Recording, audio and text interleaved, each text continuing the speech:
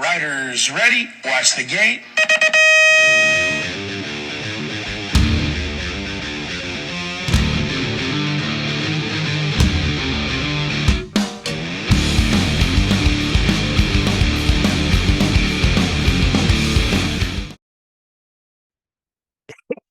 Hey, welcome to the Dirty Knobs podcast. I'm your host, Hollywood Mike Miranda, and my co-hosts are, as always, JV James Vicente and EC Eric Carter.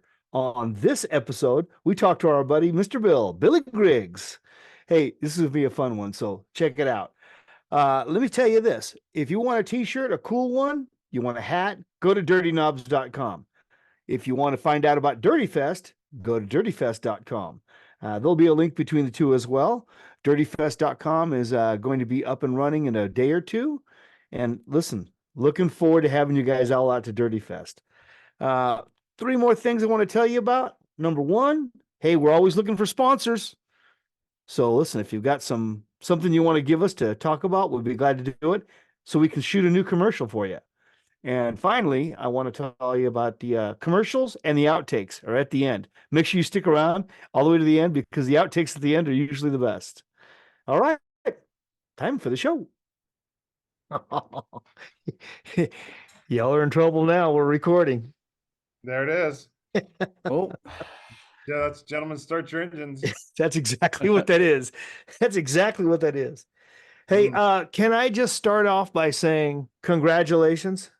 We have officially done we started a third season and EC was on time. See that? That's pretty good. And not eating. Nice. There's got to be something on order, though. Yeah. Hey. What time's Domino's coming in there? I'm getting so big. Stop it. Yeah. Okay. Hey, look. Yeah. Wait, one more thing. And a new one. Here's some new for season 3. I moved my mic to this side. Oh. So you can changing things up a little bit. And check show this off out. the other side. Yeah. Look at this. Water. All right. Yeah. There's a distillery in Mexico right now going, what is going on up there? That's right. Hey. Hey. Little blast from the past out here today. All right. We got a pretty good one today. Huh, JV? I think so. Oh, Yeah. We got a connect. All three of us have a connection to this guy. Oh, yeah.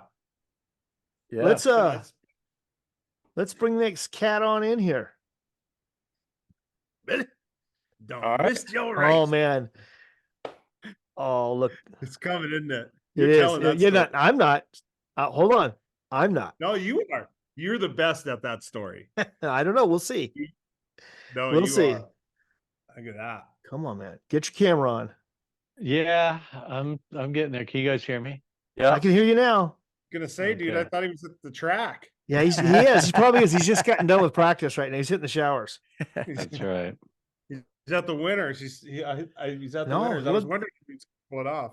He wasn't there. No, hell no. He went for secret practice, top secret practice.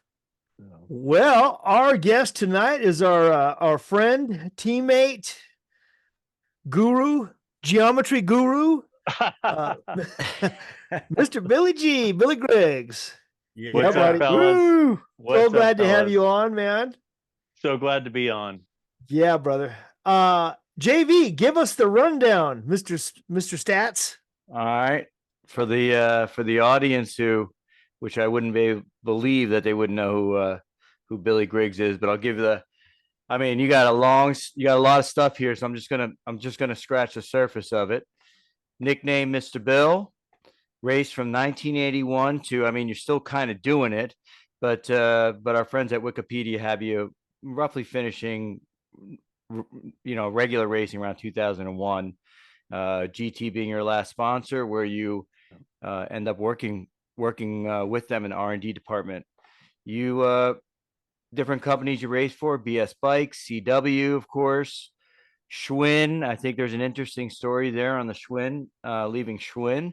Mongoose, Redline, Haro, Iron Horse. You went back to Haro again. Shimano, and then of course finishing at GT. Like I said, I think Diamondback is probably the only company you didn't race for. I think that was big.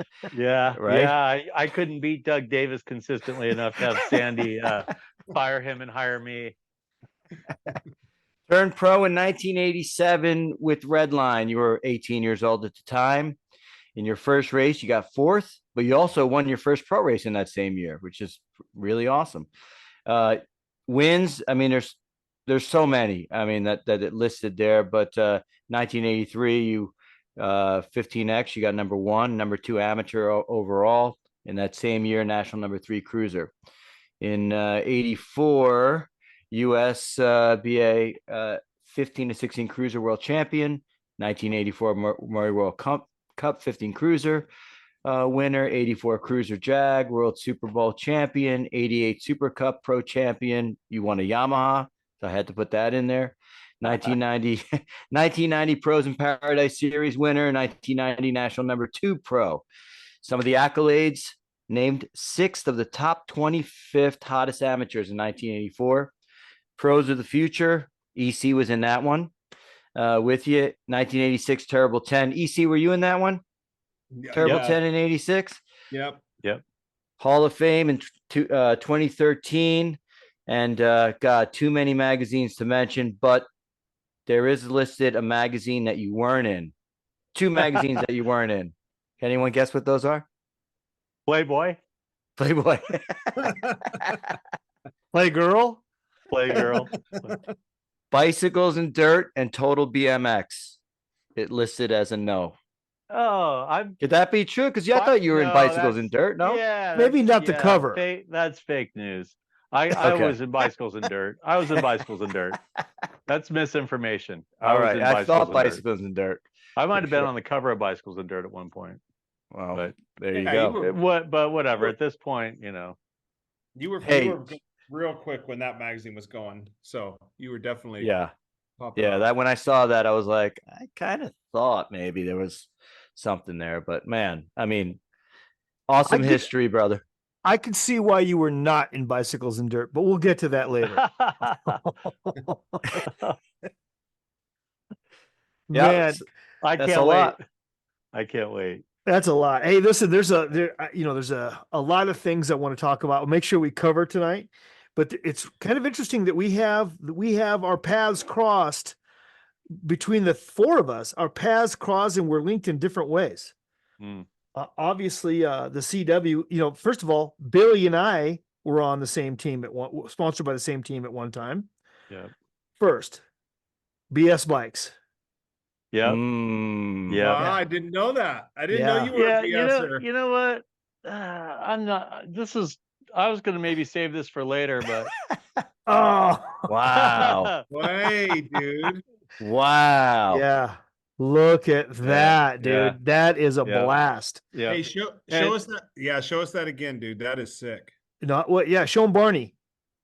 Okay, there's the back. Wow, dude. Put it up closer. Push it up closer to the camera, brother. That is really cool. Yeah. That's Barney the Bull. Yeah. From BS Bikes. Yeah. And Barney was actually a stuffed animal. That's right. And there were some anatomically correct ones made, apparently. Yes, Barney had big bull balls. So Mike, here's something that, like, when I pulled this one out of the well tonight, I grabbed this one, and I don't know if you'll know or not, but see the BS Bikes down the sleeve is brown on this one. Yeah, that's the OG BS Bikes. It later. Before I was done racing there, it had gone to blue.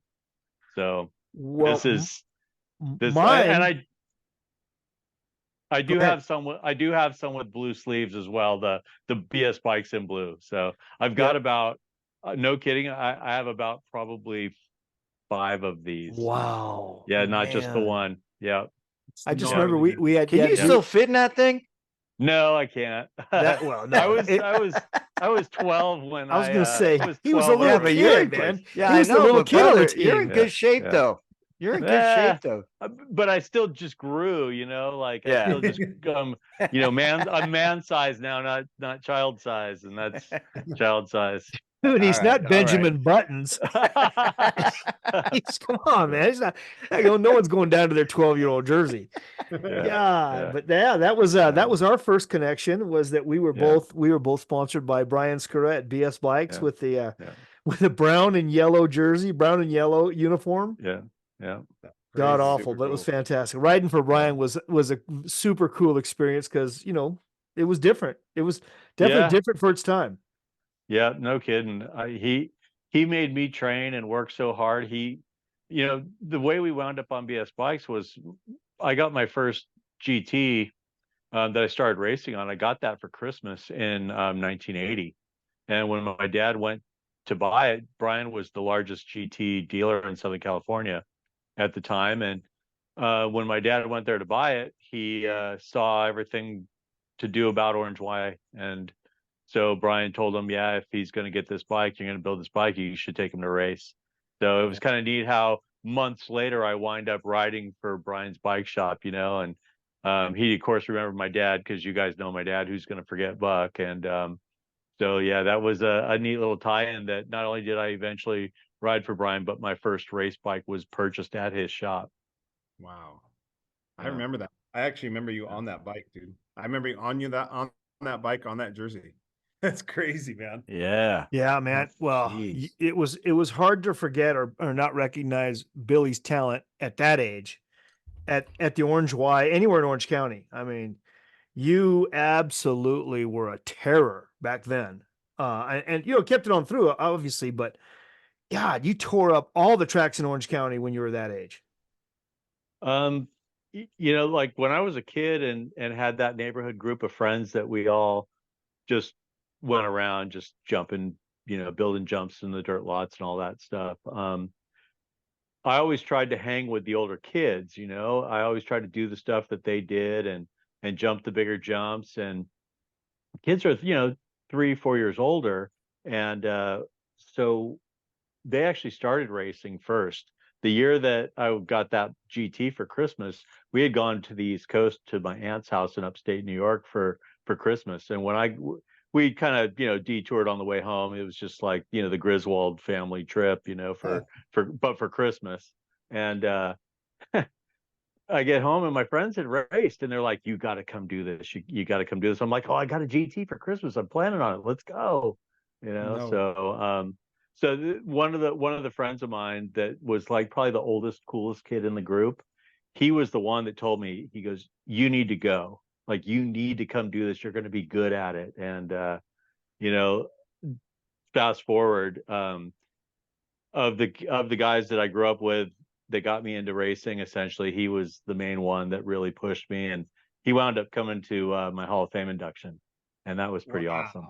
That is awesome. Yeah. What's his name? Who was Scott Evans. Wow. Scott Evans. We got Scott Evans to thank for the Mr. Bill show. Yeah. That's cool, man. That's cool that you stayed in touch with him. And and I didn't have anybody in my neighborhood to ride with, man. I mean, we had kids at Stingrays and stuff, but there was no kids in my neighborhood that raced at all. None. So I can only imagine, like you said, a neighborhood full of kids that are racing, that would drive, it makes sense that it would drive you to be fast, especially right when you started. Because we had been always trying to one up each other at the railroad tracks, on whatever the jump was that we had built. And so when all of us started racing, even though there was only one other guy in the neighborhood that I was the same age as, they were all older. But it was like, it was on at Orange, just like it was at the road tracks. I love it, dude. Well, it was great that, your dad, like you said, your dad wasn't going to let anyone miss the opportunity to be on the Mr. Bill show. I mean, your dad's absolute character at the races. We loved him. And, and I got a buddy of mine, a buddy of both of ours coming on. He's going to talk about that for a second. Oh, nice. Look at that. Hollywood's throwing curveballs, dude. Yeah, how about it? That's great. I love it. Yeah. So You didn't we know have, Miller was coming on, dude. He learned how to Yeah. do that. Learn that how to add another person. On it. I know. Listen, man. Oh, techie. all right. Yep. So Ducky, no, see, I'm waiting for him to jump on. We might have to do this here. Come on, ask you start your video. Come on, Here we go guy. again. Here we go again. No, I know. I got my Can end. you hear me? We can hear you. There There you we go. Hey. What's up, Mike? Hey, How's it Yeah. going? How about it? Our friend Mike Miller, who also has an interesting connection to Billy. Oh yeah. Yeah. So Billy and I go back long before BMX, actually. That's right. Our dads were friends, man, way back. I think the first time I hung out with Billy, we were probably, I don't know, 7 or 8 years old. I remember you had an old DG that we went riding around your house, and Yep. I still lived in New York. I was out here with That's my right. dad and spent the night at your guys' house to That's hang right. out with you, and yeah, so we go back, mid 70s, I would say. Yeah, our then, dads were both long haul truckers in the furniture business, and so during the summer, the both of us would go on the road with our dads, and us being California based, them being New York based, we would meet somewhere in the middle, occasionally, and have chicken fried steak at the truck stop and learn about lot lizards and all that stuff, and it's just kids growing up on the road with their dads in the summer. And one of my favorite things is listening to my dad tell the story about one of the first times we met up on the road somewhere. And my dad, being the hillbilly that he is, he's got a certain twang to his voice, and then of course you guys being Yankees. My dad gets out of the truck, and he's I guess, Mike, you said something about maybe there was something on the front of your dad, on front of Charlie's truck or something. Yeah, and hit a deer. yeah. And my dad said, was. Mike said, my daddy hit a deer. My Yeah. daddy hit a deer. So imagine my dad's hillbilly accent trying to mock Interpret a New York accent. It was classic. My daddy hit a deer. Man, we hit a deer. I remember telling him that. And he's like, "What? We hit a deer? A what?" Yep. And once he figured it out, he made fun of me. He still makes fun of me. If I see him today, he would make fun of me. Yeah, he I probably remember when you said you hit a deer. Yeah, That's how it should be. Yeah. Yeah. Hey, speaking of Billy's dad and accents, Mike, I gotta ask you to tell one of my favorite Billy Griggs stories. Luckily, I have to. luckily, Mike Miller and I were standing right there, and he was speaking to us. It was fantastic. Oh yeah. Oh no. So here we go. And now it begins. First off, the very first time I ever raced a transfer system was at Orange. That I believe, as far as I know, they were one of the first tracks in our area that I raced, at least, that did it, because Corona and Snipes at that time were still running point system, all three motos. And it kind of it changed the way you think, right? Like, for me, every moto mattered, and to Billy, it just didn't. and so what happened is, some cute girl, I only remember that she had long blonde hair. I don't remember her name, Billy. Imagine that. You probably wouldn't remember who it is either, but yeah, probably. I want to say you were probably 12 or 13 at the time. That put me at 14 or 15, and you went walking off with this girl somewhere, and boy, Buck started pacing. Here comes, 11-year-olds. Here comes 12-year-olds, and here comes your gate, and Brian Gass, and man, it was a pretty stacked gate, as Orange always was, and there goes your moto through the first turn, and Buck is trying to see where you're at, and you're not even in it. Nope. And he turned around and just lit us up, like not yelling at us, but yelling to us about you. and this is the best impersonation I can do of it. Look, Billy done missed his race. Billy done missed his race. He's out there playing around with them girly girls. Boy, I'm fixing to whip his ass. Oh boy. Dude, I just that was so good. Billy done missed his race. Boy, he out there with the girly girls. Boy, I am fixing to whip his ass. That was the best. Man. Yeah. So the other thing, and quite honestly, I don't know if I would say I attribute this to your early success in BMX, Billy, but I would say it was definitely a factor. And your dad would pull up at our house in New York with his truck.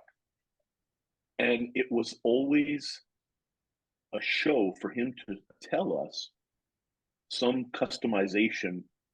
I remember he had a Freightliner at one time, and brand new. And when he rested his foot on the floor, his heel on the floor, and his foot on the throttle, it pushed on a part of his foot that he didn't like it to push on.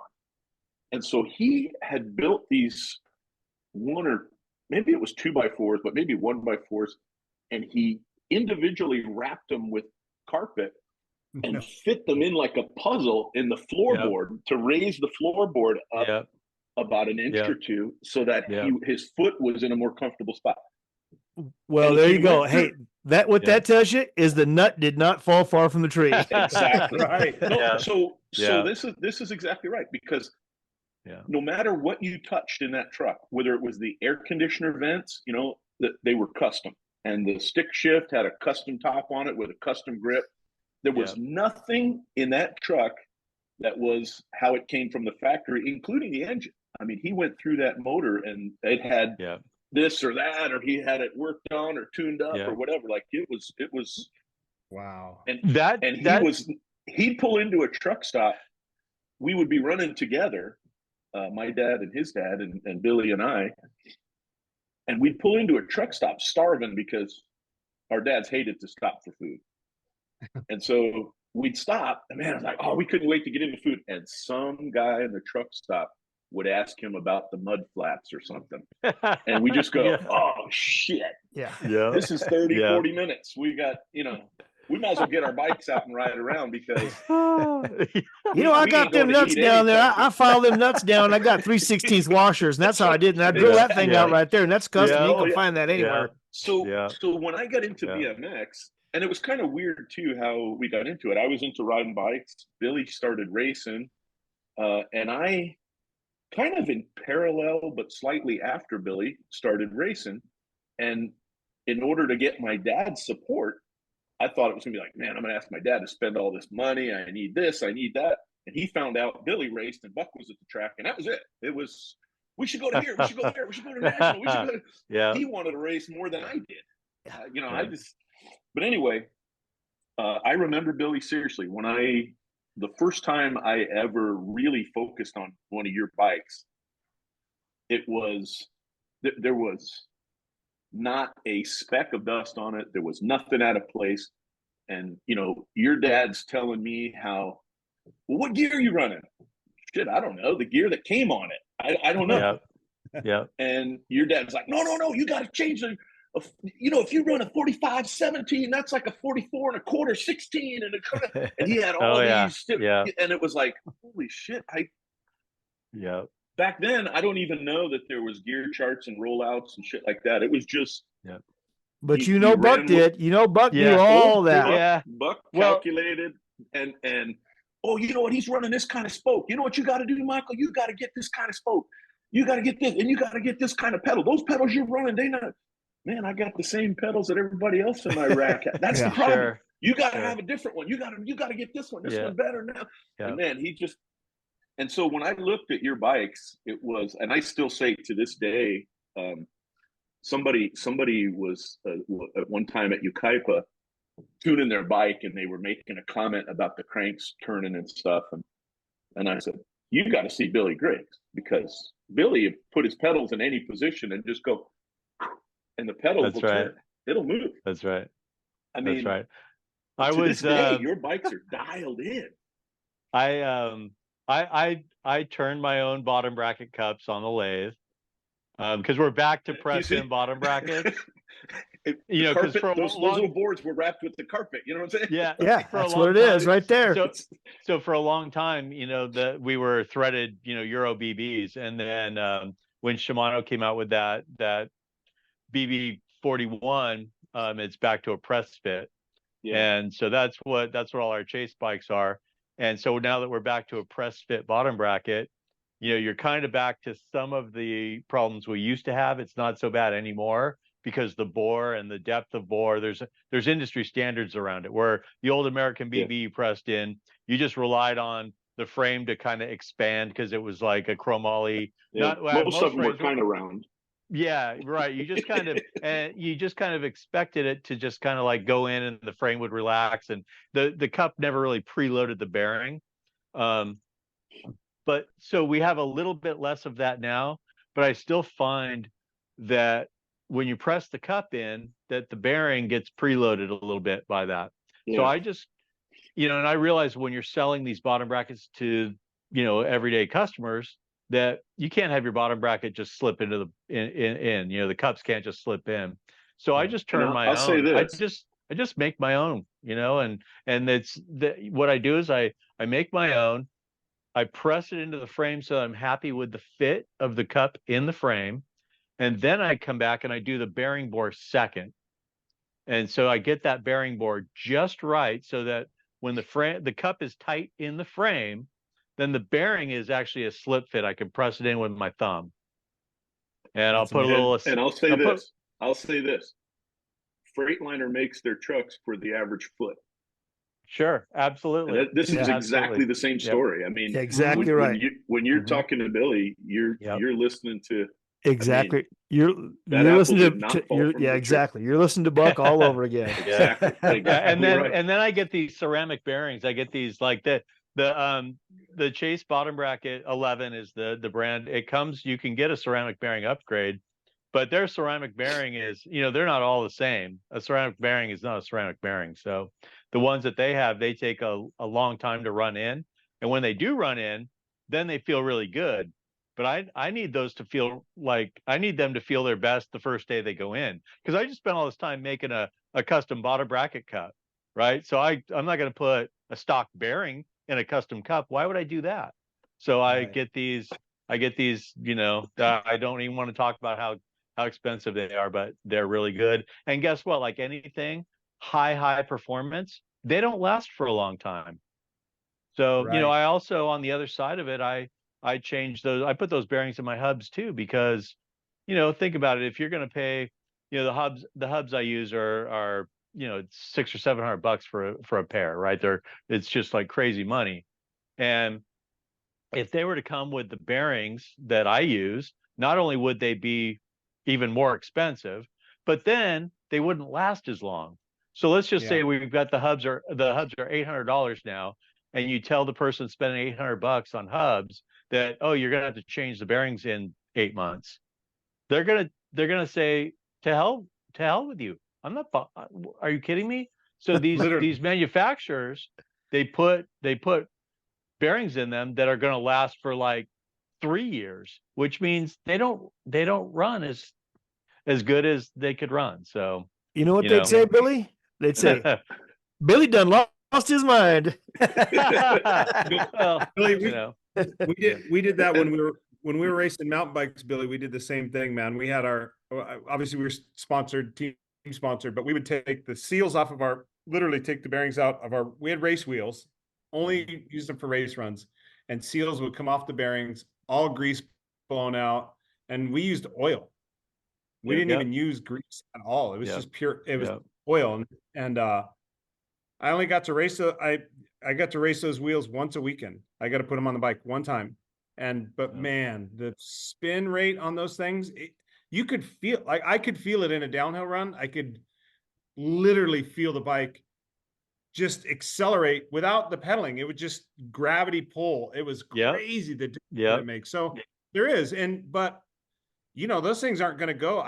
I couldn't put those on my practice bike. I couldn't ride those for a weekend with the oil, with the speed and the heat that it would generate. So it speaks to it. And it speaks to, like you said, your customization and all your stuff's always been super dialed. So I'm not surprised at all, man. You got all the tools to be able to do that stuff. Yeah. And And that's why I learned to do that stuff, because I wanted to do that stuff so bad. The reason I know how to, you know, build a bicycle frame is because I struggled for so long riding bikes that I didn't like. And you know, I got to a point where even though I was over the hump on my pro career working at GT, I was like, I want to build frames for, so nobody else that I have, you know, that's on this team is going to struggle with the shit that I struggled with, you know. Dude, and those red lines Billy. you wrote? Billy, man. wasn't that horrible. like going back to that what I was reading about the Schwin thing? I mean, wasn't that part of the thing? Wasn't that the that was team? Yeah, that I got fired from Schwin. Well, I didn't really get fired. I was given a choice to quit or be fired. If I kept riding the custom-made VDC Predator that the Shoops helped me get made by Voris, because they had just started free agent, and so they had that relationship with Voris because he was making those frames. And so Brad and Brent invited me and my dad to come meet Voris, and we brought him the Sting that I had, which, you know, the Schwinn Sting, I mean, it's a beautiful frame, it's a great fabrication exercise, but you know, the fact that they did the typical big dumb corporate thing, and they looked at a Mongoose and a Redline, and they went, okay, the Mongoose has a 10.5-inch bottom bracket because it's pretty antiquated even at that time, and then the Redline has a 5-inch head tube. I mean, they got a Pringles can on the front of that thing, right? And I'm like, okay, so you took the two worst features of the two best bikes you could find and combined them to make the Schwinn Sting. The Philip Racing is beautiful, don't get me wrong. The tubing, the swedging, I mean, it's a beautiful frame. But you know, this is why we say at Razor all the time, when we get submitted crazy skateboard ideas, we say, if you can't ride a skateboard, you shouldn't design a skateboard. And I think that rings true for a lot of companies early on. It's like, you know, if you can't really, like, you know, if you can't ride a BMX bike, you shouldn't design a BMX bike. Geometry anyway, you know. Yeah. Makes sense. Hey, listen, I want to say thank you to Mike Miller for jumping in here and joining us. It was awesome to have you, Hammer. Yeah, it's great, Mike. Great to see you, bud. Yeah, we'll see you guys soon. Again, I don't, going back to the details, that's why you were so successful, but I will say that didn't hurt. That made a big difference. I bet. Yeah. You know, that made a big difference. Amen. And I saw that firsthand. So, all right, I'm going to jump off, guys. You guys have Mike. A great evening, and good seeing you, Mike. Thank you, Hammer. Good seeing you guys. Peace out. Yeah. Well, that was first on the get-go right there, man. That was good. He knew Billy before we did. Yeah, that's amazing. Yeah. I should mention. Well, so then, you know, so just to wrap up on the Schwinn thing. So yeah, we went to Voris and we took him the Predator that I had that they gave me to try after the Sting didn't work for me. That frame actually was pretty close to a geometry that I liked. It didn't weigh as much, but the problem was that Predator that I got didn't come as a frame set. It only came as a complete bike. And that bike came complete with one-piece cranks. And nobody ever considered the aspect that somebody might want to put flight cranks on that bike. And so when I put flight cranks on that bike, they just smacked the chainstay, wouldn't clear. And we know there was a lot of bikes where you might take a little bit, you might go to the grinder and take a little bit off the back of that pedal boss just to get a little clearance. But this was like, you were gonna have to like cut the whole pedal boss off for it to clear. I mean, it was ridiculous how bad it hit. So, you know, we just, out of desperation, you know, I'd taken that Schwinn deal because I was getting paid monthly money. I was going to NBL races. I was no more like getting in the van and sleeping overnight, driving straight through. And I'm flying. I mean, it was a great deal from the aspect of money and travel and all that stuff and all these extra races. But I said right from the get-go, I'm questioning the bikes that I'm going to ride. Now, I understand I'm coming from a team that gave me a bike with a lightning bolt for a down tube. So it's very hard for me now hold that thought. Hold that thought. Okay. Hold that thought. Because I gotta say, hey, listen, two things. One, don't be bad mouthing One Piece cranks, because there's a guy on here that won a world championship with One Piece cranks. Yeah, and we questioned it. And we Yeah. questioned it. We didn't believe it. We all gave EC a hard time about those One Piece cranks. So yeah, no, I did pretty good with One Piece cranks too. But so like, the Schwin thing was just this big concern for me, and they promised me. So yeah, listen, we're going to get to Schwin, but we're Okay. skipping a chapter. Okay, So sorry. before the Schwin, you had the next thing you have in common is the four of us have in common, and that is that we were all on the same team.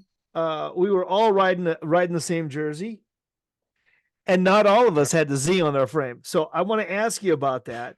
I definitely going to have to ask you about riding the Phase 1, and how that all came about. And we're going to have somebody joining us. Oh, great. Here we go again.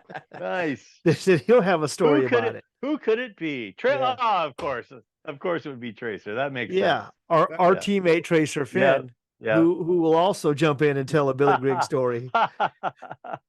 Oh man. Well, it was fun being on the CW team, and Billy was certainly one of the earliest riders on there.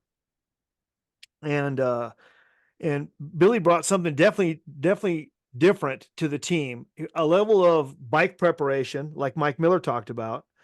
You brought a sense of, I'll say, you classed it up a little bit, Billy. You classed it up. You classed up the look a little bit. You had the collar. You wore the collar, right? In the jersey. So glad you brought that up. Yeah, Jamie. I remember that. Yeah. Mike might have a little insight into my other show and tell item I've got for tonight. Are we ready for that? Yeah, man. Show us what you got. All right. Amazing, dude. Look at that. Oh. That is insane. Wow. This looks new. Hold it up and talk, because we won't see it unless you talk. I'm going to show this right here, the Stedman made in USA. This is not an iZod, okay? This is an OG CW. It's very new. I mean, it's been worn. I do have a couple of, not these shirts, but t-shirts that are brand new that were never worn. A long sleeve one, that's got the red and black stripes down it. I've got some of that stuff. But so this, the story with the collar real quick is, this was a shirt that I wore to the track one night. We had those M&M jerseys that were just vented, right? So when I went to put a t-shirt on to wear under my jersey, because it was, a little chilly out that night, I'd forgot to bring one. And I don't know why I was wearing this collar shirt that day, but anyway, I'm wearing the collar shirt, and it was the only shirt I had to wear under my jersey, and it was getting cold. So I really had no choice. So I wear this thing and I pull this collar out. Now, this, again, like I showed the tag, this is a Stedman. This is not iZod or Polo or whatever. This is, we're going to go race Gillies with this shirt, right? With this collar. And a pocket for your cigarettes too. Yeah, by the way. just needs a pack of Salems in there, right? So $1. But anyway, so I end up wearing the collared shirt under my jersey at Orange one night, and then, fortunately it didn't lead to me missing a moto, but another sister, I guess you might say, of somebody that I was, spending time between motos with, said how much she liked it, liked the collar out of the jersey. And that was it. That is all it took. And so it was like, well, okay, so I'll take this. She's like, you should keep doing that. And then she just said, she goes, maybe you should get like a little bit smaller collar. Right. And I had this is 1983. I've got a yellow polo shirt in the closet, or iZod. It was iZod. So the next time I just wore the shirt that, I wore a school shirt, and wore my jersey over it. And then we got that like a little bit tighter, slicker collar on there, and it was on from there. Dude, always saw Billy. Always had his collar under his jersey, and that's right. Photo sessions with it on there. Yep. Welcome to our podcast, there, teammate. Tease Tracer, man, what's up, bud? Hey, how you doing? Yeah, good to see you. Looking Tracer, good, man. We thought we'd love to have you on and tell a story about Billy that you might want to share. Oh boy. I was just listening to you guys. I could hear you that whole time. And we were at Ed Fountain Park, and I don't think he was 16 yet, but he was doing something in a mini truck. And you know how you're talking about people's sisters? I went over and there was two people, and we were in Vegas. So he had his whole, show on the road. It wasn't the local honeys. And he's sitting in the back of the truck, and I come by and I'm sweating and all burnt out from riding. And he just looks like the catbird sitting there with girls and sitting on the back of the truck with the bed down, with the tailgate down. And he was so cool. And I go, this guy's 15. He's got more game than we do when paying for it. That's ridiculous. I think I know what story you're talking about, Tracer. And I think Gork has got, I think that was a Gold Cup, maybe? Yes. Was that a Gold Cup final, right? Is that the one where you lost your pinky? No, it was it was a different one. Park. Okay. So, Gork's got some photos, and he had sent them to me not that long ago. And it was pretty innocent. It was like Ryan Krupe's sister. And like, it was just like, it wasn't like there was game. That was just friends. That may as well have been dudes. So. Oh yeah. So it's not as cool as you made it sound, Tracer. I appreciate your confidence, but it wasn't all that. Hey, you weren't telling anybody that at that time. No. Well, especially not Gork. Especially not Gork. Go ahead, Gork, take the picture. Yeah, and I just thought this dude has game at 15 and made us all look bad. We're running around begging. So oh man. But now, do you remember Saddleback, Billy? Well, I do. I never raced BMX there, but that was one of the early day sort of exposures to BMX before I ever raced. We used to go up to Saddleback and ride dirt bikes.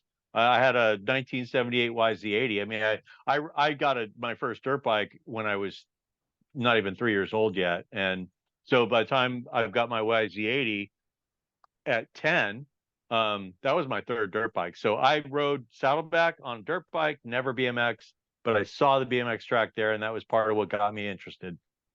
We were chatting earlier about maybe I was there in sort of the hillbillies coming down from Vegas riding a Schwin comp with a Levi's and a Mickey Finn jersey, and I made the open main, and everybody fell in the first corner, or maybe all but maybe one or two guys, and I'm peeling guys' bikes off to get to my bike, and I'm sure I rustled some feathers, but because I'm counting people going, there's still trophies here, and I threw everybody's bike, and I just took off, and I still got a podium. I still got third, and I crossed the finish line, and I went, and I just took my Jofa off.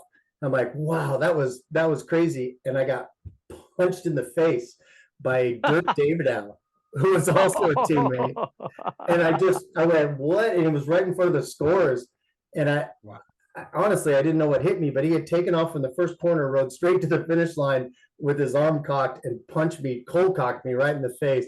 I was like, man, this racing stuff is gnarly. So I think our team, most of the guys we rode with didn't punch each other. Yeah. Well, I got a great Dirk Davidow story to tell. Yeah, that was Billy. A great segue, Tracer. I appreciate the segue into this one. When we were on CW, as Billy already, we drove all through the night. We all sat in the van. We were factory. We were factory, but man, we were on a shoestring budget. It was cramped quarters, and we would sleep 4 to a room, two guys on each bed, Yeah. And I remember one night, Billy was shared the bed with Dirk David out. I was in the other bed, and I can't remember who the fourth one was. Tracer, were you in the bed with me on that one, or I don't recall. Anyway, we were all in the room, and in the middle of the night, just in the middle of the dark of the night, Billy sits up in bed and screams at the top of his lungs, "I heard what you said! I heard what you said!" And we're all like, what is going on here? and Dirk wakes up. Dirk obviously was jumped up too, and he goes, he was so pissed. He goes, "Billy, shut up!" And he hits him, socked Billy in. I'm seeing a pattern here. Yeah, right. Someone needed some anger management courses. He was a hitter. He was a hitter. Oh, funny. Ah, dang, man. Well, Tracer, great to have you on, man. Great to have you on. We couldn't do one with Billy without having you on, buddy. Yeah. Oh man, I'm such a Billy fan. I was always followed what he's doing, and he's always cool to me every time I go. Throughout the years, you go out to the races and sort of poke around, and it got the crowd that you knew got smaller and smaller. And then Billy was doing like R&D and still riding pro, and I don't know, always good to me. I think I saw you in Arizona. My son was maybe 2, and 94 out at Westworld. there you go. Yep. It was exactly yeah. And I looked at that picture today because it made me smile. You had a Haro jersey, looked clean, of course, and man, that's lifelong stuff. Yeah. Well, why don't you hang on for just a second, Tracer? Okay. Because we got another friend joining us. Oh my gosh! Wow. Mike really got a hang of this adding people. Oh, Man. This guy has a little Billy G story too. Oh, nice. Zoso.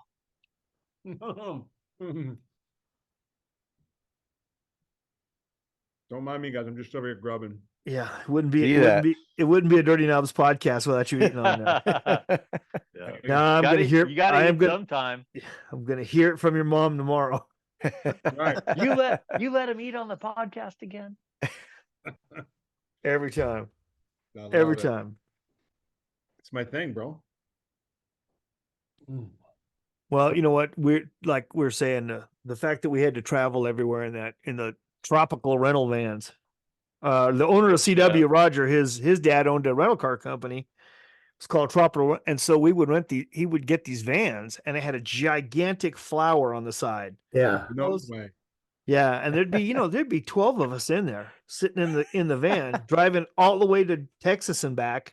Yeah. And leaving at the last minute to get there. And go ahead. My first get in the van trip was to Lubbock.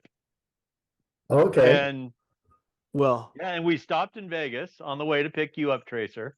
And that was my very first get in the van trip, man. And it was something else because I think that was my second national on CW. The first one was up in Morgan Hill, and I just went up there with my parents, so I didn't actually travel with the team. But that was my first race on CW, and then I think Lubbock was the second, or it was the first get in the van experience for me. That's for sure. And your parents did not go to Lubbock. No. And then that night, here's a Billy G story. What's up, Andy? Hey. There's our buddy. Hold on, Andy Zirzo. Hey, Andy. Good to see you. Thanks for coming on, Andy. It's awesome to see you, man. Dude, it's been so long. It's been too long. It's good to see you. You're 2019. 2019, I think, is the last time when we got together at Chula Vista with Roger. Yeah, briefly. Yep. But it's good to see you here. Well earned. Thanks. Awesome career, and love to hear and learn and reminisce. Yeah, well, Andy was the very first CW rider, factory rider, right? He was the one. He transitioned from the Coast Wheels bike shop team to CW Racing. Yeah, so he was there from the very beginning. He did all those van rides with us. Yeah, actually, the van was an upgrade for me sometimes. I remember driving to like Illinois in a Pinto station wagon with, like 3 other kids and a couple parents. Wow. Man, I tell you what, we spent a lot of time in that van, and and with the dog Carmel, Roger's dog Carmel. Yeah, little Cocker Spaniel. Yeah, Cocker, stinky ass Cocker Spaniel that rode everywhere with us. Yep. Yeah. Well, they can be nappy dogs, man. Yeah. Looking back. Yeah. Hey, We used Andy, to be able before to go ahead. We used to be able to roll into to Brea to the CW office. Yeah. And my dad, like Carmel would be like out maybe by like, we wouldn't necessarily go in the front door. We might go in the roll up, you know, through the factory and stuff. And you see Carmel and say, Carmel, where's Roger? And she'd go to wherever he was. Okay. Lead you right to him. Yep. I remember half the time that dog had metal shavings in its fur because it was out in the shop all the time. Yeah. Running through Ed Hicks' bedroom there behind the welding wall. Right. Yeah, that was the other thing, man. Ed with that manual bender with a big long cheater bar on it, and he was tall with them long legs, and he'd just be sitting there cranking that thing all day long. Dude, That's No how wonder we- he didn't have some He needs that asymmetrical. leverage. Yeah, amazing he didn't have some like big asymmetrical, bicep from just that one direction. He kept pulling it. Well, but Andy, before you tell your story, I want to finish my Lubbock story. Billy's first. The one I remember the first was Billy going to Lubbock because he went without his parents, and it was a big deal that he went without his parents. And so after the first day of racing, we go out riding our bikes Saturday night because we wanted to see the Buddy Holly Memorial in Lubbock, Texas. And what you realize is you go to it, and all four sides of the memorial are made of brick, and they're perfect quarter pipes.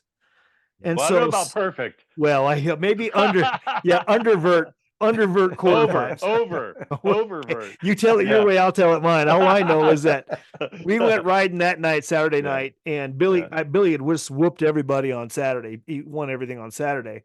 We go out Saturday night riding around, and Billy he's all full of it, and he just he hits it the first time, pulls up super big, and then pulls out and lands flat bottom and wrecks, and hits his head right on the bricks. And man, you talk about he got himself, as Buck would say, he got himself a corncussion. So, being the responsible adults that we were at 16, 17, we just took him back rubbed him, pulled his hat down a little further, rode straight back to the hotel and put him to bed. Yeah, right. The absolute worst thing you want to do with a concussion. I was going to say the best thing you do for a concussion, huh? Yeah, right. But if my memory serves me correctly, Billy got up and whooped everybody on Sunday again, though. Wow. Just doesn't remember it. And then we won team trophy too. We won team trophy. Oh yeah. And that's one of those photos that circulates around where I've got the short shorts that rival Bob Tedesco. Like right, like I've got the short OP shorts on that are. I think those were OP, huh? You didn't get those orange Quicksilver freebies, huh? Yeah, right. Exactly. Yeah. Those were those are short shorts. That one. Yep. Tracer pulling it up. Yep. Tracer, text it to me, and I'll put it on while we'll put it on.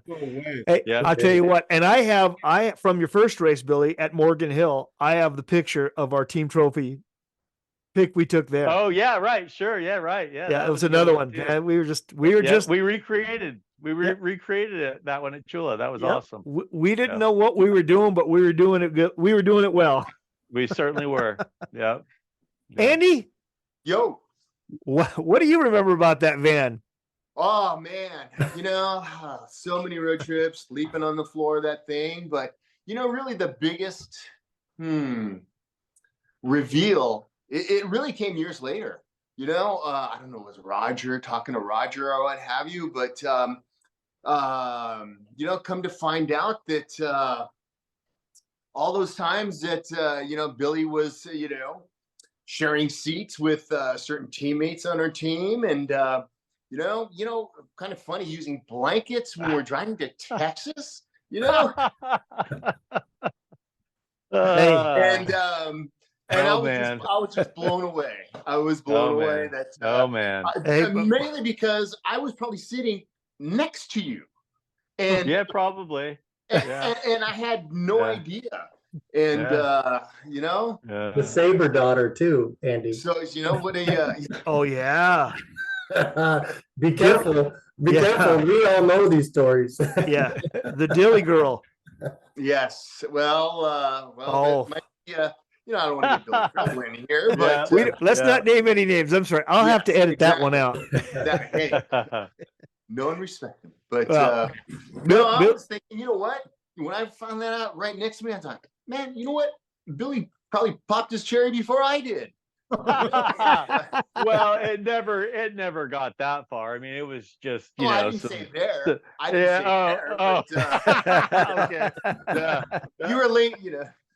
You were building skills. Let's put it that way, you know. And that's right. Practice laps. Yeah, and you know, and I probably could have taken some lessons, you know. Oh man, dude, that collar under the jersey was working, man. That collar under the jersey was working. Yep, the preppy look, huh?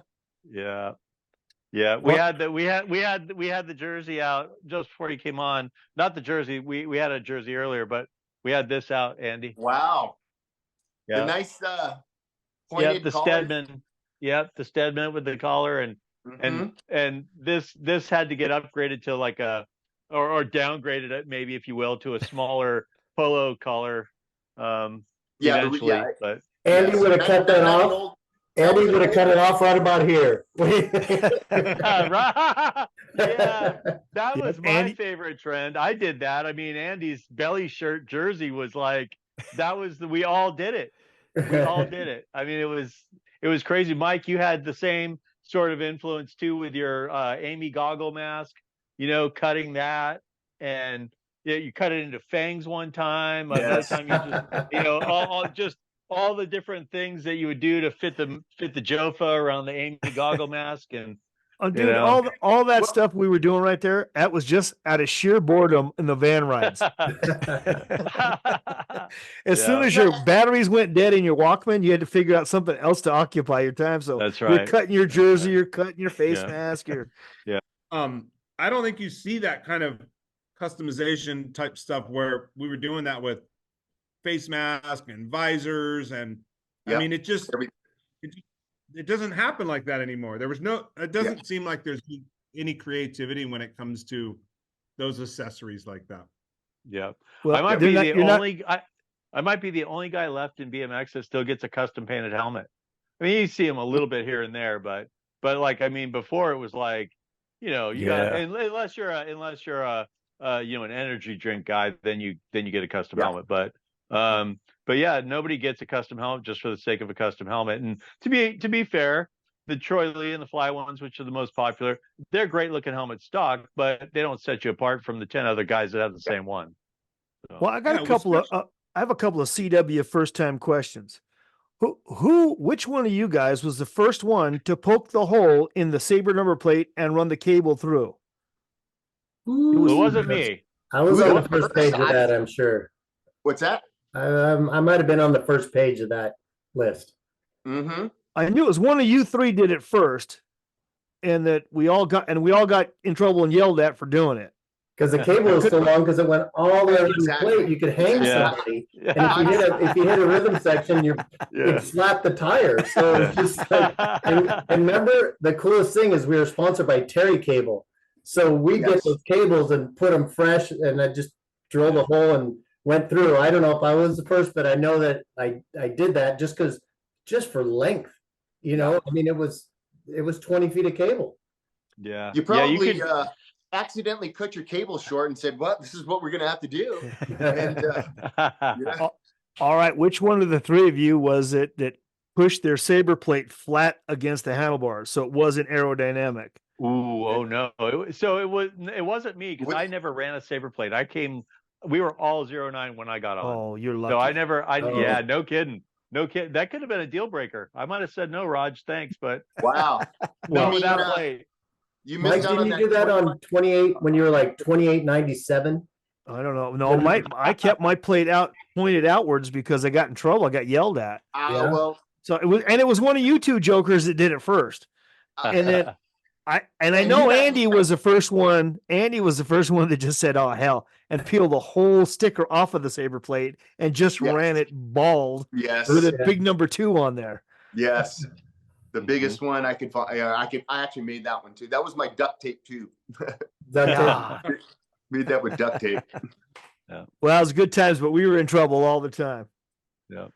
Well, my CW teammates, great to have you both guys on here. Thanks for making the show better. Hey, good job, Thank you, guys. Great seeing you guys. Great to see you guys. Hope to catch up with you more. Yeah, boy. Take care. Take care. All Good right. to See you Bill. guys. You were the Yes, first, sir. I believe you were the first person to actually race the Phase 1 frame. This is true.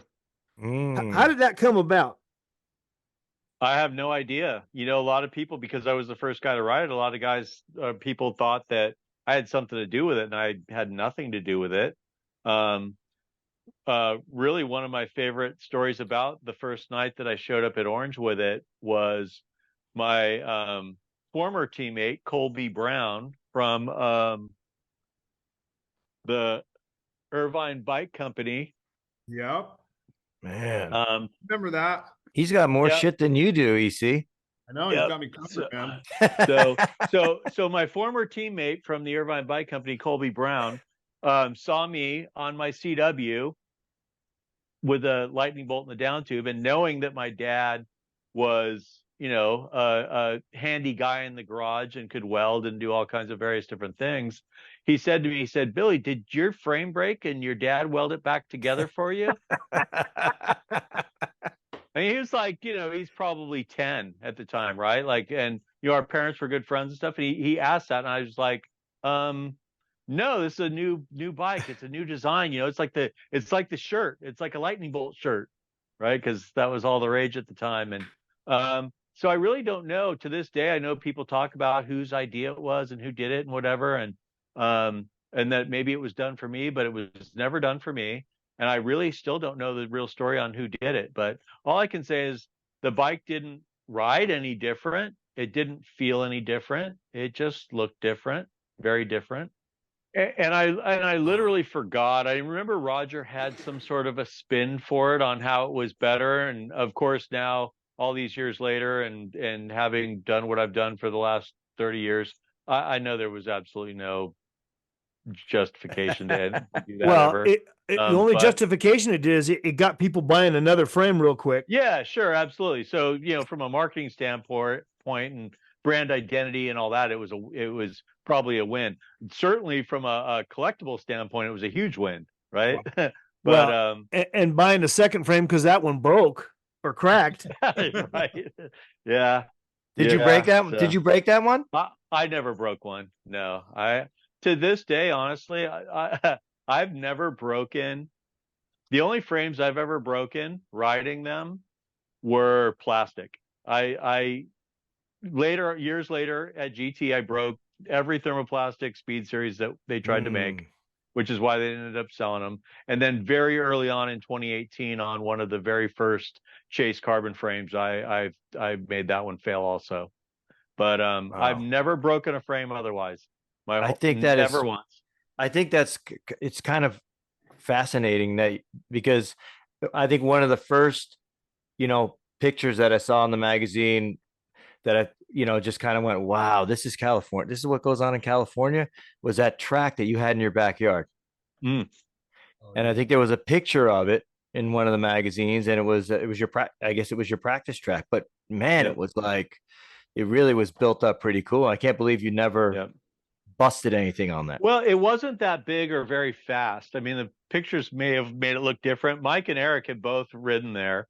Eric a lot. Eric did a ton of shovel work. We some of the nights, man, I still recall you having to we'd be the last two standing, and then we would stop riding, and we had lights, so we could have that, and the neighbors were all pretty cool around the fence line there, and we would be midnight, out there after we rode till 9:30 or 10 some nights, and then you'd ride your bike home. You'd ride the green hutch home to Lakewood, 20-minute, half-hour ride down Lincoln, At 12 o'clock at night. Yeah, 12 o'clock at night. No, I know. Yeah, man. Ridiculous. But I remember the picture of the track, and he took it with the fisheye lens. Yeah, exactly. Because it was the only way you could do it. I mean, JV, this track was basically inside of a phone booth. It was Yeah. tiny. Yeah. It was probably, Yeah. not more than the average living room Yeah. was how big the track was. Yeah, It no, was- it was tight. Like about 2 years ago, I was out at Whittier, and there's a big step jump into the second turn, and then there's a big tabletop right before it. And it's not right before it, but we were like goofing around one night, and somebody said, "Oh, let's see who can jump the step jump into the corner, just starting on top of the tabletop." So you get a couple of cranks on the tabletop, you got to go down, and then you just like you just, and I'm like, all right, the old man's gonna show some stuff here, because like they're all trying it, they can't do it. Like like one or two of the best kids could do it, and you know, Jason Morris did it, Cheeseburger, he did it, and of course he's gonna do it. Really technical guys, really technical guys. Yeah, and I stomped on it. The old man pulled it first shot, and I think I rode through it one time trying it, and then first time I went for it, I cleaned it, and it was just like it was a total flashback to the backyard, not just and then the explanation of why I could do it, because I'm like, this is something I was doing 30 years ago in my backyard, not because I wanted to, but because I had a track shoved in this tiny little yard and just trying to maximize. And through that, you inadvertently develop and learn these things that you don't realize you're learning at the time. Well, I couldn't believe in that very tight little area how much you could fit in there, but also how many guys would be there. And I mean, there was, there'd be 20 people, 20 guys there to ride, and not really enough room. No. No. And if you got a little squirrely on one of the straights or somewhere, you'd hit somebody else. And it was crazy. It was without it being a, we weren't pumping over jumps. Wasn't really like modern pump track or how people pump through rhythms. That really wasn't a thing then. So everything we built was a jump. We were jumping and then stopping. Yeah, so it was jump, corner, out of the corner, jump, transfer, corner backwards, jump, stuff. Gotcha. So it really was pumping, because you had to land nose down to get enough speed to do the next one. Yeah, that's true. And we had a hip. The hip jump was nice. I mean, that hip where you kind of had a little mini bonsai, because I had to, at some point, to get dirt, I had to dig a big hole, right? So we had this right out of the palm tree turn. If you didn't go straight to hit the double we just talked about, you would go straight and have a little step down into a bonsai, and then a big left turn hip, right in front of the little gate that would go into the main yard. And that thing was left hand, and you could just crank that thing sideways, you could do whatever. I mean, I've got some photos from that jump. Like, there was a Redline ad we did there one time. My 21st birthday night, Eric, when Go came, there's a shot of me with 5 beers in with a party cone hat. Remember that? Just cranked over. I mean, that jump produced a lot of action that was total Hollywood, no pun intended. That was totally, like, it looked like so much more than it really was. Right. But you know what else that track really got us all with was a lot of hilarity, because some guys were not quite there on the skill level, but man, we would see, you tell them, God bless him, Sparky Sparks, come on, Sparky, you could do it, you got it, man, you got it. And he would just give it his all, and man, he would just light it up, and we would all laugh and clean him off, brush him off. Okay, Sparky, you got it this time, do it again. Hey, Chuck T had some moments back there too. Yeah, I was gonna say, I was like, so you mentioned that, Mike, and immediately my wheels are turning, and I think that Charles would come down and stay once in a while, and like we would be back there, just me and him, and trying to ride, and he's just such a big guy, and his center of gravity is so awkward on the bike. And you think about what they were riding, their bars are super far forward because their bike is still too short for them. And, I mean, you just look at that setup, and just the physics of it didn't make a lot of sense. But the other guy that showed up, he basically he gave it about 10 minutes and tapped out, was Veltman. Veltman wanted nothing to do with any of it. Oh, really? And yeah, he wanted nothing to do with any of it. He was just like, no, this is too, because he's, it was like taking a jet fighter and putting it in an auditorium, like you just there, it just didn't work. It was really that tight, JV. It was insanely tight. And, but another thing about that track was the texture of the dirt was really forgiving, right? It had that little sand base in it.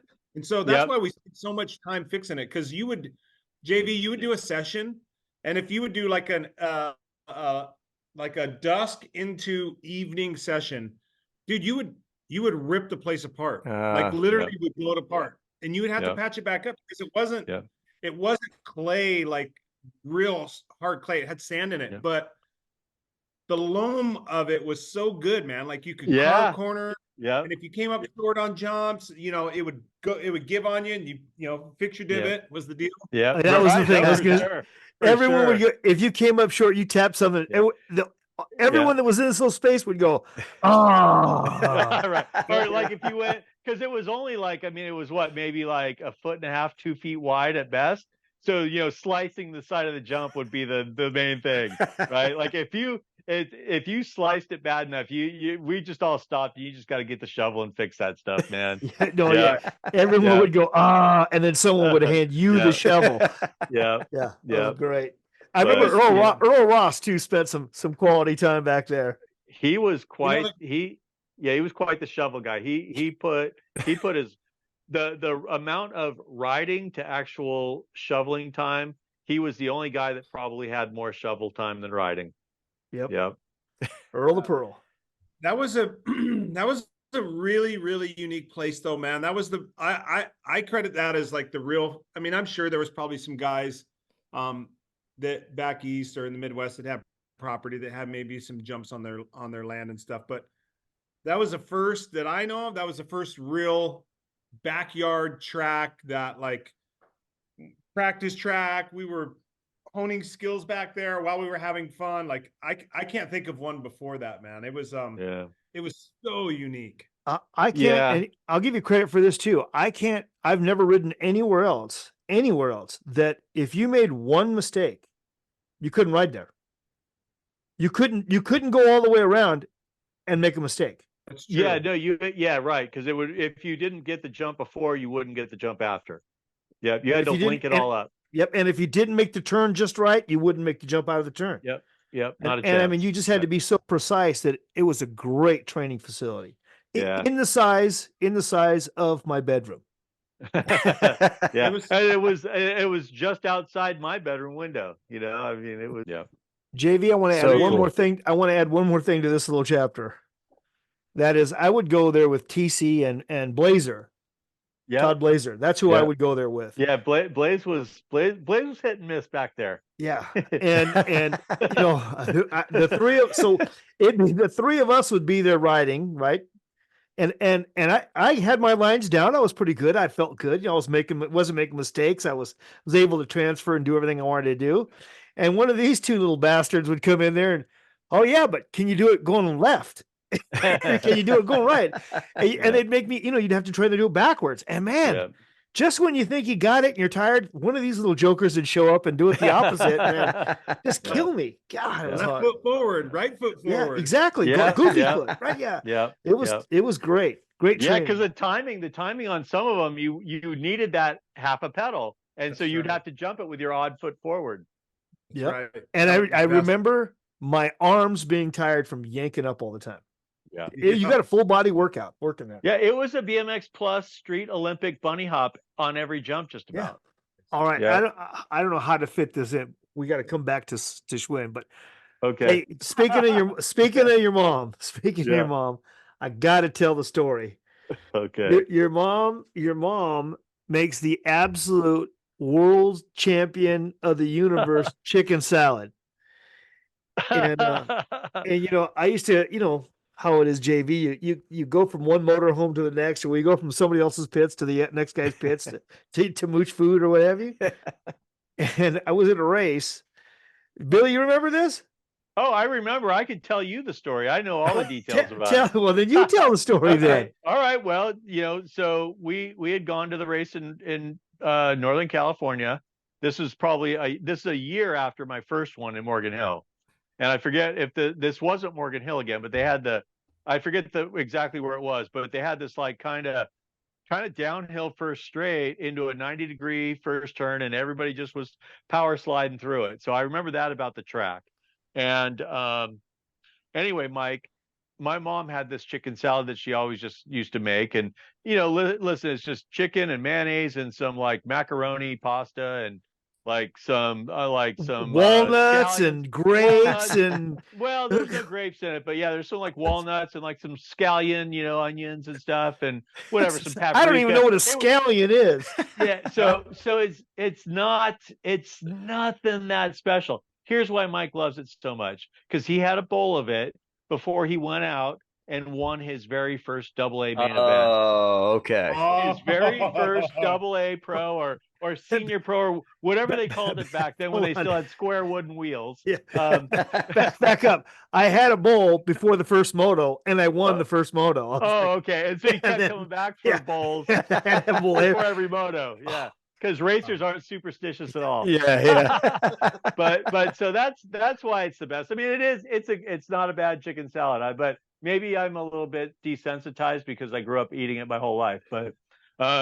But yeah, and then if I remember right, Roger gave you a little extra contingency, got you some center lines for the Camaro. Yeah. Remember the magazine. So and now I'm 60 years old and I still don't know what scallions are. so my mom's chicken salad got you some center lines. That's why you love it so much. Yeah. Oh man, no. That's some fancy ass chicken salad. I was telling you that right now. And then of course when we came to your 40th birthday when you were living in Long Beach, came to your 40th birthday party. I had my mom whip up a batch and brought it to you. Yeah. There you go. I was going to tell the story. So my 40th, invited all of my BMX friends from Southern California. Everybody came. It was a big deal. But Billy brought the best present. He brought me a bowl of his mom's chicken salad. Yeah. So good. Yeah. All right. Hey, I don't know where we went off the track, but here we're back on it. Yeah.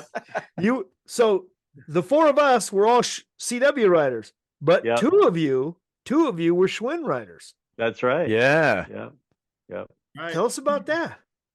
Well, I was a Schwin rider years after Billy was, but I had, in hearing him talk about the bike, I literally had the same experience, man. Great offer, deep pockets as an amateur. It was I was like, wow, are you kidding me? It was crazy. But man, the bike was just not there. Like it just wasn't. And I think I had a Predator and a Sting as well. I don't know which one I liked or didn't like, but BC Dave actually took it and chopped that thing up and put cantilever bosses on it so I could run cantilever brakes because that was all the rage when we were doing. Right starting to happen. Yeah.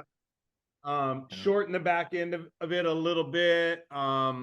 So we had to, it's crazy how similar the story is that we ended up getting custom stuff. And it was great. I mean, it was great for my bank account. It was kind of a hands-off sponsorship, right? Like I didn't have, like when I was on Hutch, I had a team manager that was, doing stuff for me, or even when I was on CW, Mike Donnell was doing all that stuff. I was just like, get your tickets, do your stuff, go get your stuff. Just send us the receipts. And it was no questions asked. It was pretty wild. Yeah, right. My situation was a little bit different in the way that we had a full team. They had rebuilt a team from what they had. Like I came in after like the sort of the Donnie Atherton, Mike Polson. This was starting off 84 with like a whole kind of clean sweep, right? So we had they hired Rick Palmer and myself, and Mike Polson stayed on, and they got Rhea Bolowitz from Arizona and Julie Lindsay. Luan too, right? Luan was on that team? Luan was later. No, he wasn't on the team I was on. He came later. But so they had done this whole rebuilding of the team. And so, I thought that was kind of a neat thing also, was that, like, I was going to have, because what I'd known of Schwinn to this point, they had been kind of out of BMX really. So this was like this big new push, kind of what these companies do, right? They're cyclical with their involvement. And so, but that whole thing about, like, you got to ride one bike or the other, and me expressing my concern about having a bike that I would feel comfortable on and be able to do, my best riding on. Virgil Polson told me, he said, well, the Schwinn Chicago factory, because this is like the OG Schwinn I was riding for. Right. Schwinn family still owned it. The Paramount factory in Chicago was there. They said, we'll fly you to Chicago. You'll come to the Paramount factory. You'll tell the engineers exactly what you want. I mean, dude, they sold me Pam Anderson and delivered Phyllis Diller, dude. Like, they just were like, this is like unbelievable, the story they told me, and then what I really got. Yeah. It was like, that is unbelievable. Great. It was unbelievable how the story changed so much, how different it was when I got on there. So again, I got to a point where I was like, well, I'm going to get smoked on both these bikes. And yeah, the money's nice, but at a certain point, they're not going to want me back on the team because I'm going to suck. Right. And I don't want that. And I don't even need that money. I'm 15. I live 15. I live at home with my parents. How much money did I need? Right. I just wanted to win. Right. So anyway, the Shoops were starting free agent and Boris was making the frames. Shoops lived a mile and a half from me. Brent was one of the first guys I met when I started racing, and it was just a awesome that he lived up the street. So, Brad took us to meet Boris, and we took him both bikes and told him how I wanted to ride, which was basically a JMC Black Shadow was about the closest to what the geometry of the bike was. And he made it for me, and I went on a tear. Like, I didn't lose. I smoked Doug Davis like 5 weekends in a row. It was unbelievable. That bike was better than my CW ever was for me, which I wasn't a huge fan of that either. It just didn't suit my style all that well. This was the first time I got on a bike and I went, wow, this is what happens when, and I'm a kid, right? So it's like hard for people to really take you serious when you're a kid. And I don't know what it was, but I just had this innate sense of what my bike needed to be. Maybe it was because I grew up playing with Legos every Saturday, the whole day long. I don't know what it was, but I just, from the get-go, I had this idea and sense of what I wanted my bike to ride like. And that was the first bike. So I did ride a JMC Black Shadow. I never owned one. I never raced one, but Jimmy Mock had one. And Jimmy Mock. And he let me borrow it or ride it. I forget the details exactly. Me and him used to horse trade a little bit all the time. I think I traded him a Bassett Cruiser for some SST hubs one time. That worked out really well, as it turns out. Dude, he's talking bike collector solid gold right now. Yeah. So that was quite a deal back then. But anyway, I had this JMC and I rode that bike and I thought, this is the best riding bike I've ever ridden. So we copied that.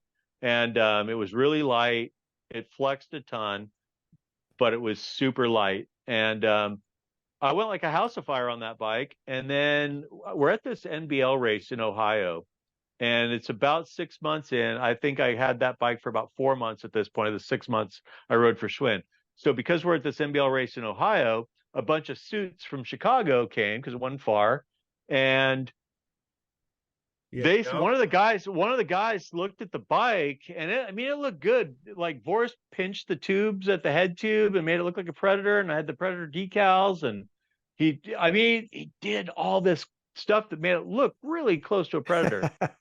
But then the one guy looks at it and he goes, what frame is that? And Virgil had told me, by the way, I missed this part in the story. Virgil had told me, I told him, I'm going to go get this frame made. I've got this opportunity. And Virgil told me, okay, that's fine. Do what you want. And he said, in fact, send me the receipt for it. And Boris charged $100. We got reimbursed $100. Virgil reimbursed us $100 for the price to get that frame made.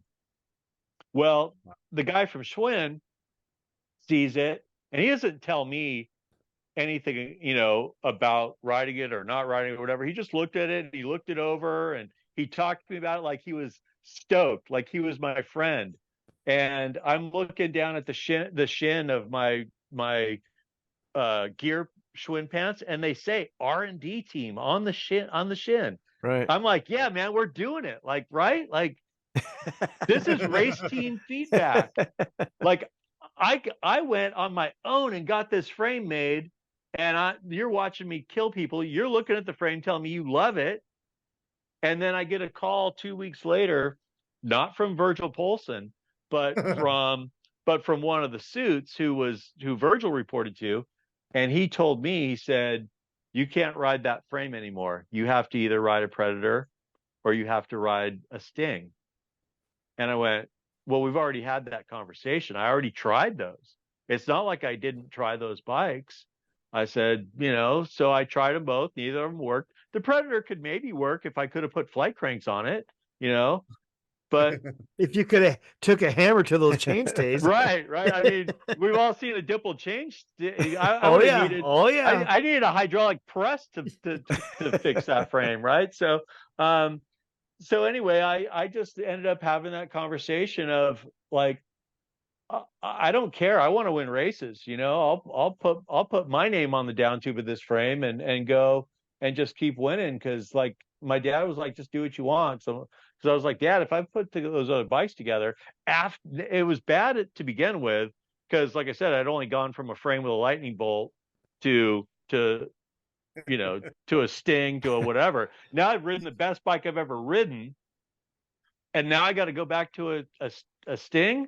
Nah, dude, I'm not doing that. It's not going to happen. So I went ahead and pucker up. Phyllis Diller's coming. So I went ahead and quit. I quit. And I think something that made that easier to do also, aside from just my own desire, was that when I got on Schwinn, the World Championships at Burbank at the Equestrian Center was the first race I went to. And I ran into Brett Allen, and Brett Allen looked at me in that Schwinn gear, and he said to me, I had no idea you were looking for a ride. And I went, well, I really wasn't, He goes, well, if I'd have known, I would have loved to have talked to you. And I'm like, well, I didn't know. I just, I was just green, just young, I mean, And Brett Allen was from Mongoose. That's right. Brett Allen was the Mongoose team manager, and they were just starting to do some Blue Max riders at the time.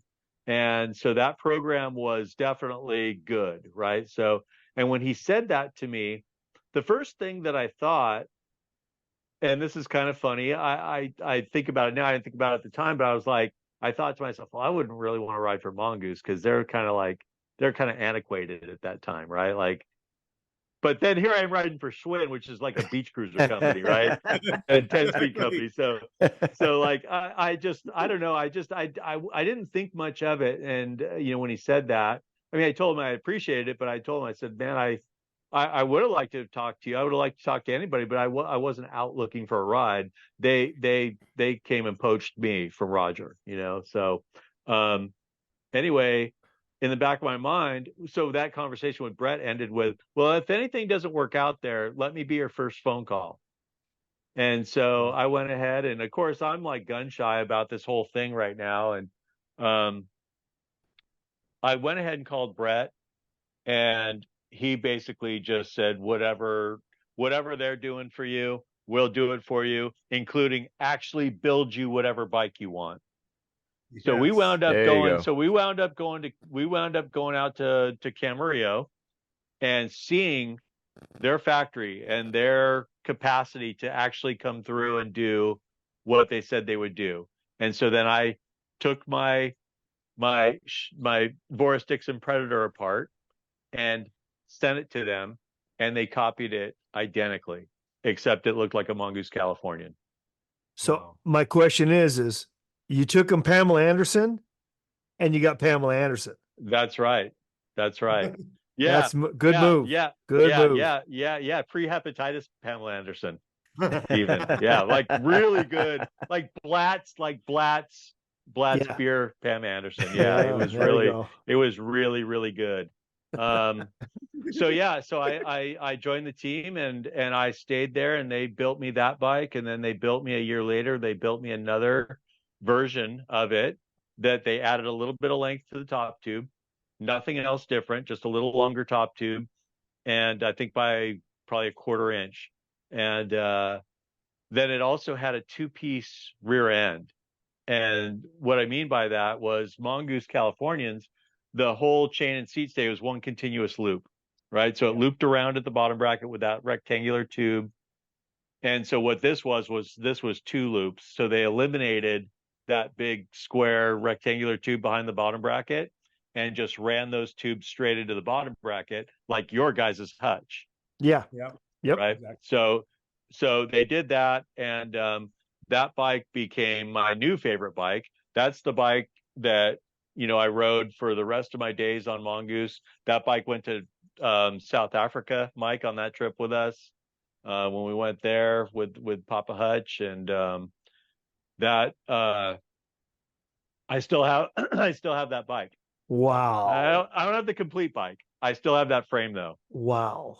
I still have that frame. It's got Griggs experimental stamped on the EXP underneath the bottom bracket. I still have the frame. Wow. Yeah. That's awesome. And Wow. we had a custom fork with it as well. And I kind of went back and forth between riding that fork and not riding that fork. And now all these years later, I understand, like I didn't understand all the math behind it, but all these years later, now I do. And when I look, I've gone back with that frame many years ago now, though, and gone back and completely reverse engineered that frame and did a CAD drawing of it and everything just to document that geometry, because it was so magical for me. And it's nothing anybody would ever ride today.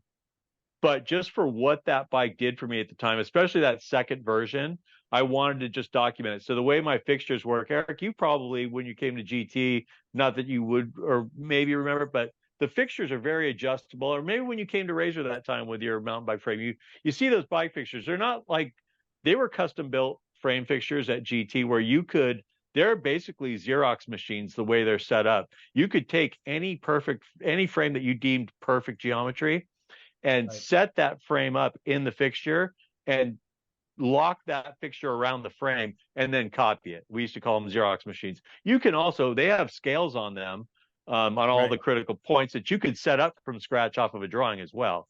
But I remember you showing me those. Yeah, both at GT and at Razor. I remember that. Yep. So I threw that Mongoose frame up into one of those fixtures all those years later and documented the geometry and everything. And by today's standards, it's a wacky frame. It's a really wacky frame.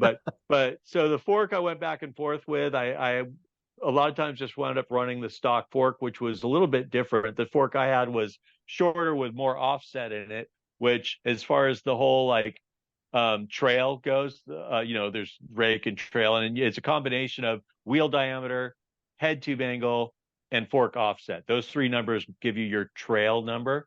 And that custom fork I had for it it doesn't surprise me now that I understand it, that I didn't like it then, but it was a fork that duplicated the JMC fork that originally went with that frame. The JMC fork had way too much offset for how steep the head angles were. But part of how that happened was because they ran that aero tubing, and that aero tubing was wider than it was, or it was thicker than it was wide, right? So it kind of forced the dropout. Pushed the dropout forward. Yeah, by the choice of material. By default, the wheel got too far out. So anyway, that was a beautiful frame that I rode. I loved it. I kept it forever, especially for the fact that it's the only Mongoose Californian that has a two-piece rear end on it. There was never another one made. That's a one. Oh man. I mean, the value on that thing is God. Yeah. I mean, it's insane. The real value on it is that I won 16 expert in Tulsa at the Grands on it. Dude, I mean, that bike was so magical to me, so but lo and behold, ultimately that Mongoose, Mongoose was sold. Mongoose got sold, and so I was out on the street again, like looking for a ride. Well, you definitely rode for some great teams though, Billy. And you were, as an amateur all the way through your pro career, you weren't without a great sponsor. I mean, being a great rider and a great name and the style, and to be able to not just win a lot of races, which you did, but also to be able to get great pictures. I mean, it was a talent that you had, and you had always everything was just spot on. But coming from your mom and your dad, of course it was. Yeah. Yeah, they, I mean, my bed still to this day gets made every day. I mean, there's just those things. You grow up the way you're raised, and Yeah. you take care of your stuff. You always take care of your stuff, and you're respectful to people, and you do the best you can to be a good person. And if you're on time, you're late. That's right. That's right. I used to Yeah. always say, I used to always say, there's EC. Yeah, there's EC right there. I used to always say I never put my own stickers on. I either had Andy or Billy Zirzo. It was either Andy or Billy Griggs that put my stickers on for me, because you guys were so. Yeah, well, we got new stickers for our frames. That's right. Yeah, you two were always so meticulous about getting them just right. So I always said, "Hey, Billy, can you put my stickers on for me?" Yeah, I have. Billy. To continue the saga from getting off a Mongoose and getting on a Redline, I went from the best bike I ever rode to one of the worst bikes I ever rode again, right? Because Redline, 5-inch head tube, bottom bracket, you need a step ladder to get on the bike, and the seat angle was like a beach. The bike was still Stu's bike. Talk about I mean, when they thought, like, for a tall guy, you make the bike taller, not longer, right? And so it was so crazy. I remember, I don't know what race it was, but when you switched off of that Redline onto a free agent, it was just like lights out, dude. Like, get out of the way. It changed everything. Oh my gosh, dude. You were smoking. It was so the crazy. first.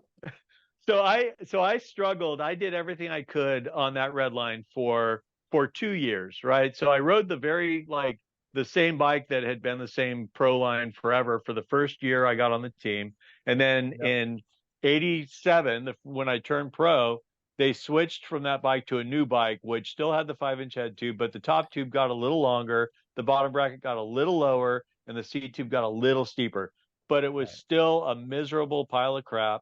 And I rode that thing. I turned pro. I was hanging. I was doing good because I had the pro psych, right? Like, my head was just overriding. I was just doing what I did. And, James went through the stats. I had, I won one day of my first weekend in A Pro. And then I also won AA later on that year in not my first AA start, but very early on. And so I was getting it done. So it made it hard for Lynn. I'd be asking Lynn to change the bike. I want to change the bike. I need to do this, do that. And, he really was the most, I appreciate Lynn and what he did for me during my career, but he was the most condescending towards me. And as far as like how to modify the bike and change the bike, I'd ask for stuff and he'd look at me like, "We're Redline, who the hell are you?" And not only that, but he'd say, "We're Redline, and didn't you just win?" Yeah, right. And Stu won on this bike all the time, right? So, but Stu won, and you're not even running. You're not even running Tough Wheels or Mags. Stu doesn't even race anymore, So there was a point where in my rookie pro year, I pretty much went that whole year riding this newer evolution of the original pro line, and it sucked. And I made the main at the Grands. I got number 8, so I made top 10. So yeah, overall, my rookie pro year was successful, I think. But I knew I could do better.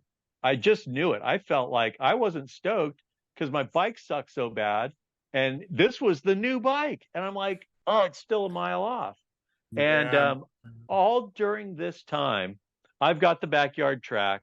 Brent's coming over and riding, and he shows up one time and he's got he's got their new bike they did with the Cowboy, the limo, right? It's a Yeah. 21-inch top tube. It's like steep head tube, steep seat tube, lower bottom bracket, shorter. It's everything that I wanted my bike to be. I rode Brent's bike around in the backyard on the track, and I was like, oh man, this is better than my Mongoose, you know? Yeah. And you know, so I went back to Lynn and I asked, and he's like, no, we're not doing it. This is the bike we sell. That's the bike you're going to ride. And I'm like starting to have these like flashbacks to Schwin, right? Like, but at this point, now I'm doing this for a living and I'm trying to figure out, like, I don't have like the same sort of nerve I had to just bail on Schwin, right? Like you know, so I stuck it out, had that rookie year, got a few months into 88, and I had really, after my rookie year, I really started training because my rookie year, I was still just kind of doing the same thing I did in 17X. I just was riding sheep hills, doing some sprints. You know, I was not really training hard. I wasn't doing dedicated sprints.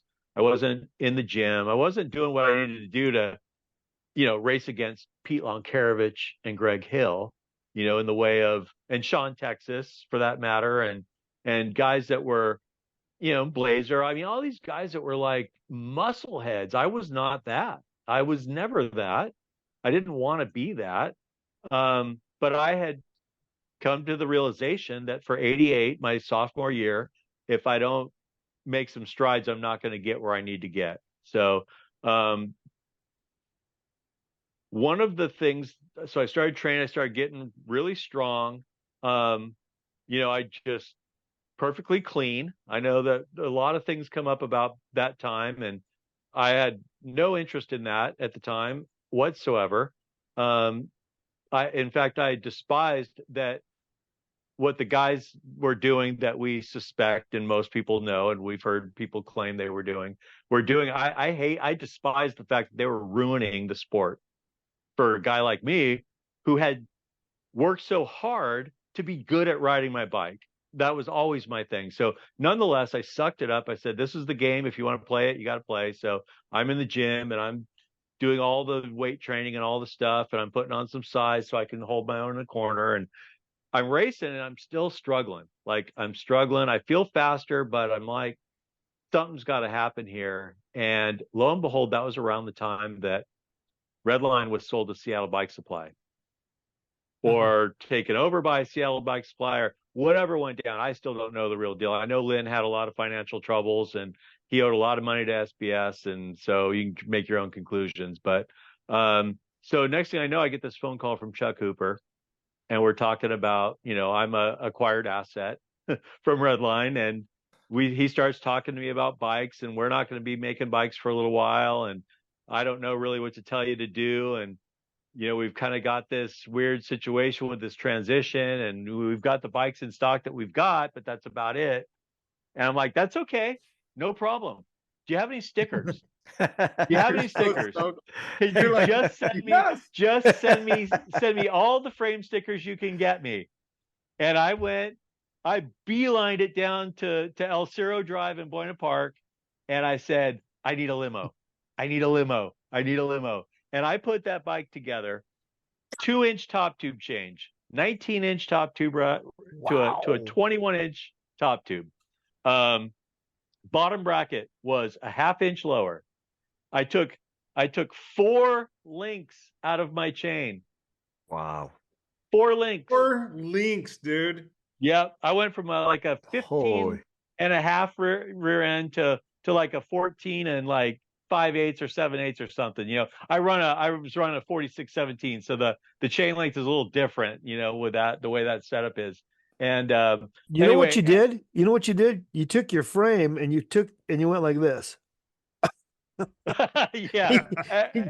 Everything was different that could be different about that bike. And I rode it in the backyard and I think one night at Orange, and I did a really good job of making it look like a Redline. Again, back to, you know, something my dad would have done. Redlines were chrome and they had a black bottom bracket, and the stickers kind of had this gradient fade in and out of, into the bottom bracket and up the seat tube. I painted the bottom bracket over the chrome with rattle can black, put the stickers on it. I mean, the thing, they had the little triangle gusset at the head tube, so that was kind of, so I was like, good enough, man. So I rode that bike for about a week and a half, and immediately doing gates at my house, I was like, it is so on.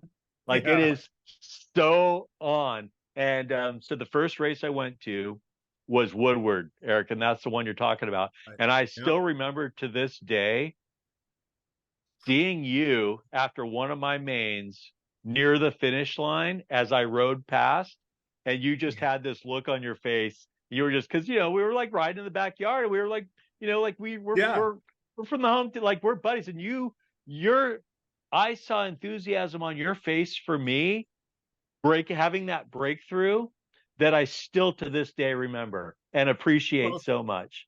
Well, it was the light switch, dude. You were the thing that I noticed, and whenever you were always really, really going fast, like when you were having a good weekend, your first 3 cranks out of the gate, your front wheel wouldn't touch the ground.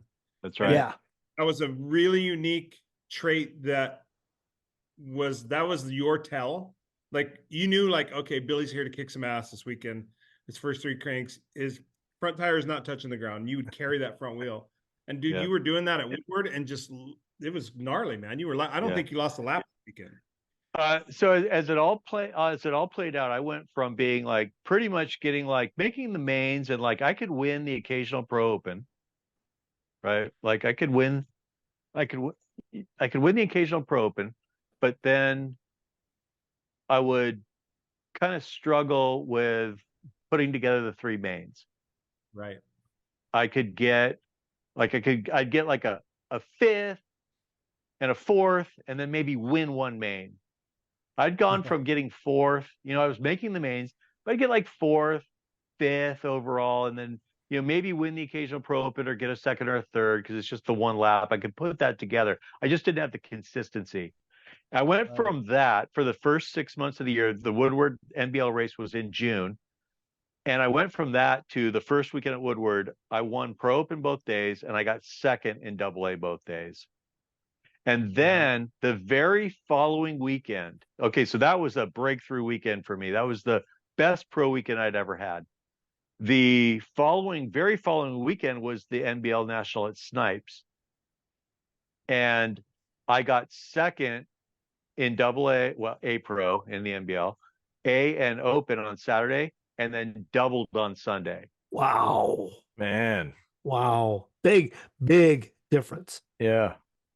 And so it was the combination of all the training I'd done for the last 6 months or 7 months since the previous Grands. It was that was the gasoline. The free agent limo was the match. And it just, and I went from that.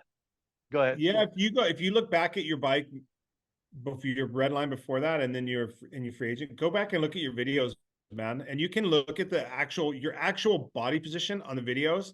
Like when you were on your Redline, you were upright, like your upper torso was straight up upright. Yep. And your handlebars were high, and the front end was all floppy. Yep. Right, because we're talking with that 5-inch head tube, and then the trail and all that stuff that was going bad on that bike. And when you got over the front of the bike and you were able to really get into the power of that, it was like your body position was different. It's like not even the same rider. It was so crazy to watch. Yeah. Yeah. And it wound up being that kept going pretty well through the rest of the year, to where I went into the NBL Grands, and it was just between me and Hill. Whoever was going to, did better at the race was going to win the plate. And I crashed on the double in the semi. I don't even remember what happened. Just something stupid, like rubbed handlebar ends or something like that. Yeah. Like over the double that dropped into the first turn and just exploded into the first turn in a ball of scab. And so I didn't wind up making the main, and Greg went on to make the main and win the title. I think once I didn't make the main, he had it locked up regardless of how he did.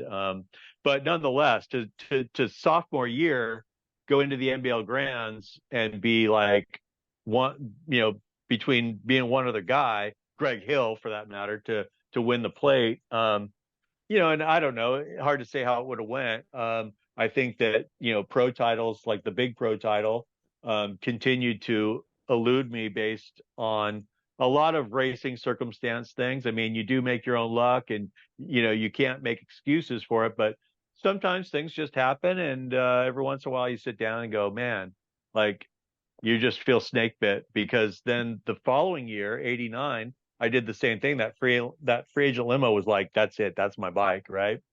Mm-hmm. And I went into the Grands the following year, the ABA Grands. And it was between the Lumberjack and Greg and me. And again, that was another year where I don't think anybody expected me to be there. Mikey and Charles set a pretty high standard in 87 and 88, coming in and winning the pro title their rookie years. So for 89, for me, like, I wasn't a rookie anymore, but I was in my third year, and it was like, it felt like, okay, like, this should be it. And man, it came really, really close, but a crash in the third main, lane 8, just crazy jump into the first turn, and over jumped it, landed flat, lost the front end, and just pile drove myself. But, again, that wasn't really bad luck. That was me just trying too hard, But you were, you were flying that weekend too. That was when I think. Yeah. Lopes and me had that weekend. Yeah, we were jumping that triple, and that was a deal. That was a deal maker for sure. Yeah, you guys were even like, we were beating you out of the gate, and you guys were tripling that thing, and you could be behind, and you would land down the backside, and we'd be just hanging in the air like this, watching you. Yeah. We're getting pedals in. You're waiting to land, and we're getting pedals in down the backside. That was huge. That was a big jump, and it had that scary knuckle on top, man. It was that was scary. Yep. Wow. But yeah, that frame was magic, no doubt. I still have one. One of these days, maybe soon, it's going to get put back together, and hopefully make it out in April. He's got better shit. He's got better shit than UEC, I think. I don't know. Hey, Billy, you race for a lot of teams, obviously. Curious, and you've watched the show, I think. Mm-hmm. Best and worst teammate. Sling it, Billy. Sling that dirt. Best and worst teammate wrapped up in one, Rick Palmer on Schwin. No way. Really? Wow, what a great answer. Yeah. What a great answer. Yeah. No, he was great. He was very motivating. He used to do push-ups every night before bed, and there was a lot of interesting things that he had, like just viewpoints on, being 2 years older than me. You kind of like, on Schwin, he became my Hollywood Mike, or my Tracer Finn, or my Andy Zerzo. But he was also the guy who would shake your soda when you weren't looking, and you'd go crack the thing open and spray it all over yourself in your bed. Like he was, so he was that same guy where, like, he just, so of course, as we got into the as we got later into the pro years, we were both racing pro and whatever. And there was a lot of times where, even after, so when I say best and worst wrapped up into one, I mean, he was a better teammate more than he was the worst one, but he was definitely the hardest on me in those Schwin years. But then later on, he was almost even a pseudo teammate. Like, there was this, when I got to Redline and was on, the SBS years, I was the only guy riding for Redline for most of that time. SBS never put a team together. Rick had the Skyway deal, which was kind of a independent kind of soul thing. And then Mikey King was on Haro, and he was kind of like, Pete had kind of, him and Pete were traveling together. And then Pete eventually, quit for a few years. And so there was 89 was pretty much me and Rick and Mikey would go to the races together. We would just all split a room in the car, and, we all got our money up front. Right. So, like, our salary had everything in it. So the more you saved, the more you traveling, kept. the more you kept. Right. So we used to do that quite a bit. So, so for a number of years, even post Schwin, Rick kind of felt like a teammate to me, and he would come down and stay at my parents' house when there was a race local or whatever. So yeah, I mean, I think that was probably it. I mean, as far as a straight up worst teammate, as far as like, I mean, on Mongoose, it was pretty rough because I had teammates that I raced against. And so at any given point, my worst teammate probably could have been Darwin Griffin or Todd Henry. Those guys really raced hard, and there was never any, not that I mean it didn't matter that you were in the same rental car. It just didn't matter. So they were wrecking you if it meant winning. Yeah.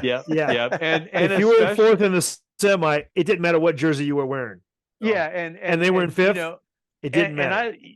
And I Todd Henry and Darwin both, I had great relationships with them off the track. I mean, nothing ever got rough off the track, but there were times where I was like, man, like I wouldn't have rode either of you like that. I just wouldn't have. So I wasn't teammates with Darwin, but I had some run-ins with him quite a bit, man. And like we wrecked each other. Like, I mean, I distinctly remember a race in Washington where Steve Dillard was winning the main, and I was railing this corner. I mean, I was gonna just blow by him like he's on jack stands, and I peek over, man, and Darwin is riding the cones on the inside, and I mean, it's only a foot. If I'd have got one more foot farther, he would have shot off the berm, but he drilled me back with my bike. We both fell, and he was laughing, literally laughing while we were falling down the berm, like out loud laughing at me, like, I got you. And we just stood up, and I looked at him, and he was just laughing at my face. Yeah. It's like, dude, you just... Like, I had a win in the bag, and you just took that thing from me, and he was just like, "Yep, yeah, he sure did. Yep, yeah, I sure did. What do you do about it?" Yeah. Hard. Oh, yeah. Well, yeah. Billy... Darwin was like a big 12-year-old too, in a lot of ways. Like the way he behaved and stuff when we would be at hotels and whatever. I mean, we were at the Murray World Cup one time, and I forgot what trophies we had, but man, we were drinking beer out of the cups, and he was just getting silly. Rest in peace, Darwin Griffin. No, it's Dana. I think Darwin's still with us. Nope, no. We lost them both. No. Yeah, sorry really? To say we've lost them both. Oh, man. Yeah, well, just recently. Oh, gosh. Yeah, Darwin passed well, that's something.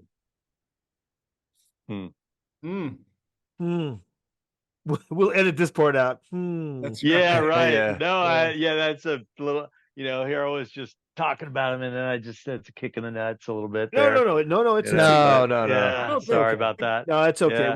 Yeah. I don't think you were kicking him in the nuts, man. I think how hard of a racer he was. Yeah. No, it was great. Yeah, I agree. Yeah. Hey, Billy, I'm telling you, man, one of the things that I think our listeners will find interesting, man, is because it was always documented in the magazines of the different mini trucks you had, the two Toyotas, blue one that you started with, and that black one with the cab, with the turbo, and then going into that Mercedes that you had. Like, you always had really bitchin' cars, customized. Like, was that something you were always into, or is that like just like as you got better and got your license, or were you always into cars as a kid? How'd that come about? I guess from the get-go, I bought the pickup with the intent that I wanted to make a mini truck out of it. Like, it wasn't like I got the truck and then decided to make it a mini truck. I did go in with the plan because around that time, there was, a lot of mini trucks around. Between the mini trucks and the Cowbugs, that was kind of the thing. I wasn't really much of a muscle car kind of guy. That was a big scene, dude. Those mini trucks bugs were a big scene. Yeah, so I went into it with the intent that I was going to lower it and do all that stuff, and I just didn't really know how into it I would get. Like, lower it, put some wheels on it, and maybe upgrade the stereo. That was like the extent of it. And so anyway, that first truck, I kept it for 2 years. I bought it just before my 16th birthday. I actually took my driver's test in it, which was rad because it was a stick, and so I mean, I've been driving a stick since I was like 14 because every dune buggy my dad had a Volkswagen tranny in it. So I already knew, so that was no big deal. So that then when I was a senior in high school and getting ready to, turn 18, my dad was like, well, you should trade your truck in now and you should go buy one and finance it because you're going to be 18 and you can start, building credit. And so that was why I upgraded my truck. There was nothing wrong with the truck that I had, but that extra cab Toyota Turbo had come out. And at this point I was like, yeah, that's a really nice truck, compared to the one I had. And so we did that. And then that one just turned into, around that time, making a little bit more money, and I'm like got more independence, now. And I've like kind of started running around and meeting a lot of friends that were maybe kind of people I knew from high school, but also were older people I was meeting through mini truck stuff. And I think that mini truck really became my outlet, right, from BMX, because we spend so much time getting on planes and going to races, and we love all our friends that we see at the races, but they're all the same friends. And I kind of created this, outside of BMX life and friendship, there was a nice place to go escape. And I just loved everything about the truck. I mean, I loved the stereo stuff. I loved, just all the technology that was coming at the time, CD players, CD changers, watching the progression of stuff. It was not unlike the way the sport was exploding and progressing. That whole mini truck thing with audio and like people doing different things like re-rolling the leaf springs and flipping them over and to, lower the thing, besides just shoving blocks in there, and like all these different ways to cheat the cops on getting fix-it tickets. And like, there was so much about it. So I was really passionate about it, like how, and the fact that it kind of bled over into BMX a little bit, that, it was never my intent to build this mini truck or have this mini truck to get extra attention from the magazines, but it just becomes part of who you are. And it's like, I mean, I was doing crazy jumps in the middle of motos to get attention from the magazines. It wasn't that was not the purpose of the truck, right? My mom used to get phone calls from the neighbors. Do you have any idea what Billy's doing out in the cul-de-sac? Building board jumps and jump stuff. And it's funny, I tell her the story. I'm like, and that ended up me being a hellion in the neighborhood, jumping over kids laying down and trash cans and all that stuff, turned into like 5 or 6 years later, me jumping my mini truck in that cul-de-sac. All those same neighbors living there still, right? It's an iconic picture, man. That's a really iconic picture. It was posted somewhere on Facebook a couple of months ago, man. And it still blows me away that you were jumping to flat. You were jumping to flat. I can't even believe it. I can't believe it either. And I did it 12 times. I shot a full roll. Well, Wendy shot a full roll. She had a 12 exposure roll of film. And I was like, let's do the roll, The first couple times I did it, so they brought one of RL's launched like trick ramps. Yeah. That he did kick turns on. And I used that as the jump. Oh my gosh. Whoa. It was a full on gnarly, That's like huge. kick. Yeah. And so I was actually trying to like not pull off of it. I was really kind of jumping and kind of like pushing down a little. I was like kind of pushing through the jump a little bit. So, but we did it a couple of dry runs to the side of the truck beforehand because I wasn't sure. And everybody that was citing it, my dad, a couple of my friends that were there that wound up in the photos, they're citing that jump. And I'm like, they're telling me, you don't got it. And I'm like, because you know how it is. You can't do it until you have to do it. Right. Yeah, right. So especially jumping to flat, because there's nothing to jump over. So you're like, you're jumping conservatively because you don't want to send it all the way because it's so high. For sure, right? So I think the highest thing I'd ever gone off at that point to flat bottom was like a loading dock or something, like, I mean, nothing really. And I don't know, man. I just pushed the ramp over in front of the, just like right even with like about the back wheel, and came ripping out of the garage down the driveway and just sent the thing. And I probably was, I mean, I didn't do any kind of anything in the air. I just did a full on just Greg Hill tuck kind of thing, just making sure I clear my truck, right? And I probably landed 6 feet farther out than I needed to. But I did just drop the thing straight in on the back wheel, just like you need to. And it was the hard landing. I mean, I compressed down and I racked sack on the seat. The bars moved forward, like, Wow. But the bike was still rideable. And so then I reeled it in from there. I like reeled it back, and we just kept doing it until I think I did it 3 or 4 times, and she was like, "I'm good." I'm like, "Well, how many, what roll do you have in there?" And she's like, "Oh, I got 12." I'm like, "Let's just keep going." Let's just keep going. And by the time I think I got to the last one, and I don't know, I can't really remember which one actually made it in the magazine, but I do have a friend of mine was there taking pictures of the whole thing happening from out in the street that crosses the cul-de-sac, right? That you turn in off of. And there's a number of, like, he's got like 3 or 4 different ones. And the one that made it in the magazine, I think, was one of the earlier ones, because I'm still pretty just like tucked. But some that he's got, I'm like cranked over. You get a few of them in there. It wasn't like cranking any like turn downs over it. Yeah, but I was like, there's some other ones that I was like, man, I would have picked that one. If I knew. But I think by the last couple that we were doing it, the back wheel was so bent, I had to like flick the lever on the brakes to open them up so they wouldn't rub.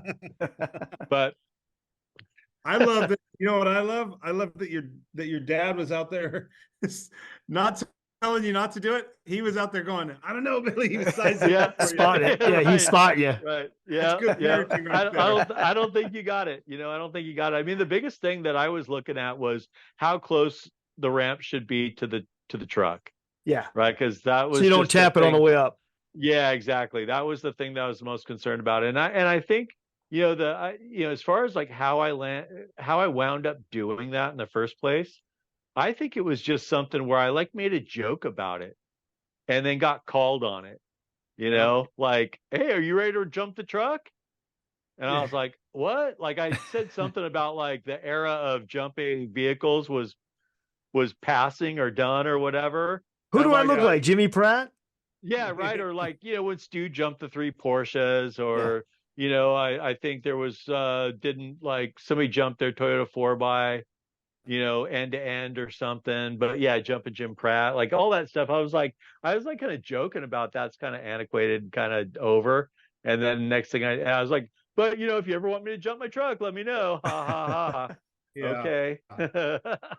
So I'm glad I did it at this point. I mean, it is a photo that I would say, Eric, to your point about, it's like one of those that's iconic. I in this modern era of seeing old photos circulate, like when you get that notification in one of your socials that like somebody tagged a photo of you, that's the one that probably I see the most. Oh man. Oh, wow. Hey Billy, Yeah. awesome. Can't wait to see it Dirty Fest. And really thank you so much for being here tonight. This has been great. A pleasure. It's been a pleasure. Yeah, I would thank do you, this. Billy. I'd do this again with you guys. Not even for the show, just for the fun of it. Yeah. Well, we'll do it at Dirty Fest. Yeah, we'll do it at sounds Dirty good. Fest. Yeah, for sure. All right, man. All right. Thank Thanks you, Billy again, G. guys. I appreciate you Yeah, guys Billy. very You much. got it. Great seeing you, Billy. Take care, guys. All right. Bye-bye. Now, Billy, wait. Real quick. Hey, say hi to your folks for me. Hey, Buck and Cheryl. Thanks for everything. Get me some chicken salad. Hey, this is John Cruz. No, we're not having an earthquake. I have Parkinson's. What do you think of that, Michael? We ought to pitch in and get you a gimbal. That would be nice. But seriously, this is John Cruz, and I obviously have something going on, and I was diagnosed with Parkinson's 20 years ago this year, actually. So I've chosen the Davis Finney Foundation over the years to be my voice for Parkinson's. If you're not familiar with the Davis Finney Foundation, Davis Finney is one of the winningest cyclists in American history. He's the roadie, if you guys remember those roadies out there, all that Lycra and stuff. But he is just a great man. When he was diagnosed with Parkinson's, he decided to make a difference in people's lives. And his choice was to start a foundation. And that foundation obviously wishes for a cure for Parkinson's, because there is no cure at this time. But they recognize that you have to live with Parkinson's, and your caregivers are having to live and take care of us. And the Davis Finney Foundation, that's what they do, is they only look for a cure, but they look for ways to enhance the quality of life for Parkinson's sufferers and their caregivers. So I appreciate all of you supporting the Davis Finney Foundation. It certainly means a lot to me. I know we all have something, right? So I think it's important to give back to our communities, whether it's BMX or a foundation that's close to your heart. If you don't have one, please choose mine. I appreciate you. Well, thank you, John Cruz. You certainly have made a difference in a lot of lives, including mine, and giving us the opportunity to do something good for somebody else is fantastic. So thank you. Thank you so much. And on behalf of John Cruz, please find a way to give something to the Davis Finney Foundation on behalf of John Cruz, the Dirty Knobs, and your entire BMX family. Thank you very much. Well, I hope you enjoyed that one, you bunch of dirty knobs. So please do that. Subscribe, hit the subscribe button. Comment if you have anything to say. We'd love to hear it. And we will be back out here in 2 weeks with another one. And thanks to our sponsors. Speaking of which, we are going to read some commercials to you now. Thanks for showing our sponsors the love, because they're showing it to us. Thanks again, and we'll catch up to you soon. And then sing it out right now. All right, coming live and direct from the Colt Clubhouse in Santa Ana, California. Come on down and get all your BMX needs. We're giving away free air for your tires. That's all I got, brother. That's great. That's great. All right. Now. It's perfect. Perfect. Kinda, designed for your journey. On the road, on the trail, or on the racetrack, you can count on Kinda quality. Our tires are engineered for performance and value across a wide range of interest and applications. See why Kinda is the right choice. It's your move. Imagine how bikes can lead to a healthier, more connected world. Bikes set us apart, free to explore and move and experience our relationships with people and places like nothing else can. At Ceres, we don't just imagine a more bikeable world, we're all in, making it happen. SR Sun Tour shares your passion of cycling. We are committed to giving you the highest level of service in the industry, along with products that hopefully will exceed your expectations. Serving riders is the cornerstone of our business, and we pride ourselves in doing it. Hopefully. Hopefully. Velocity Bike Park is the premier bike park for riders in Southern California, with 25 miles of world-class trails, obstacles, flow track, and races for mountain biking, gravel, and BMX. Ultramax. When you get home from the races, do you feel dirty? I mean, is your bike dirty? Really dirty? I know you're dirty. Well, that's when you need the Ultramax sponge. Guaranteed to get all your hard-to-reach places clean.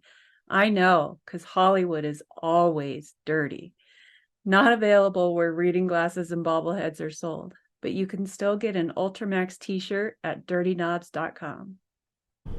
Hi everybody, Toby Henderson, founder of Box, co-founder of American BMX Companies, the owner of Race Inc., Botima, and Cook Brothers Racing.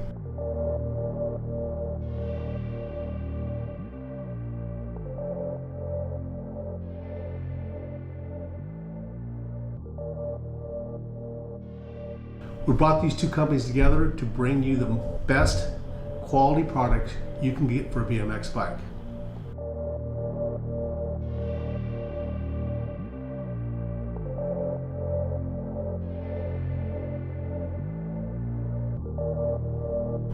We're all about the rider, so please check out our Level Up and Rider First programs.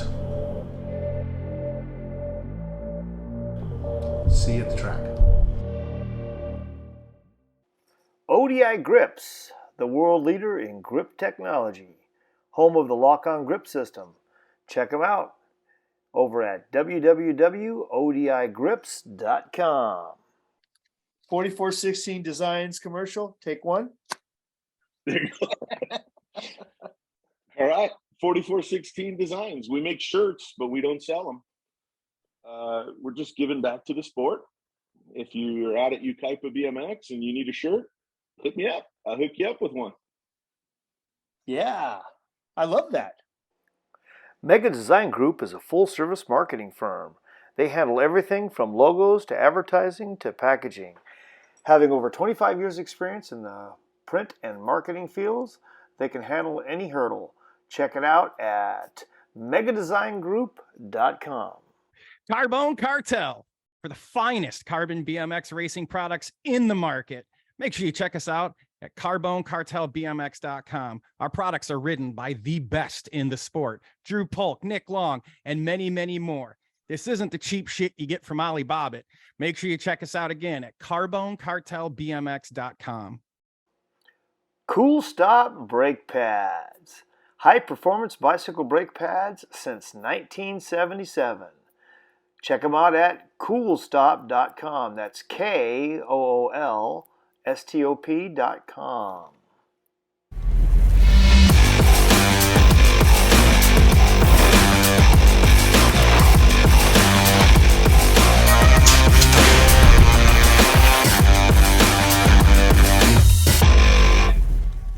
Supercross BMX. What can we say? Our lives revolve around BMX. Founded in 1989 to build the ultimate BMX race frame, they've never strayed from that vision. Hey, for more details, check it out at supercrossbmx.com. Hey everyone, this is Brian Wilson with ProGate. We are the official gate supplier for UCI and the Olympics. We even make a gate that you can practice on in your driveway at home.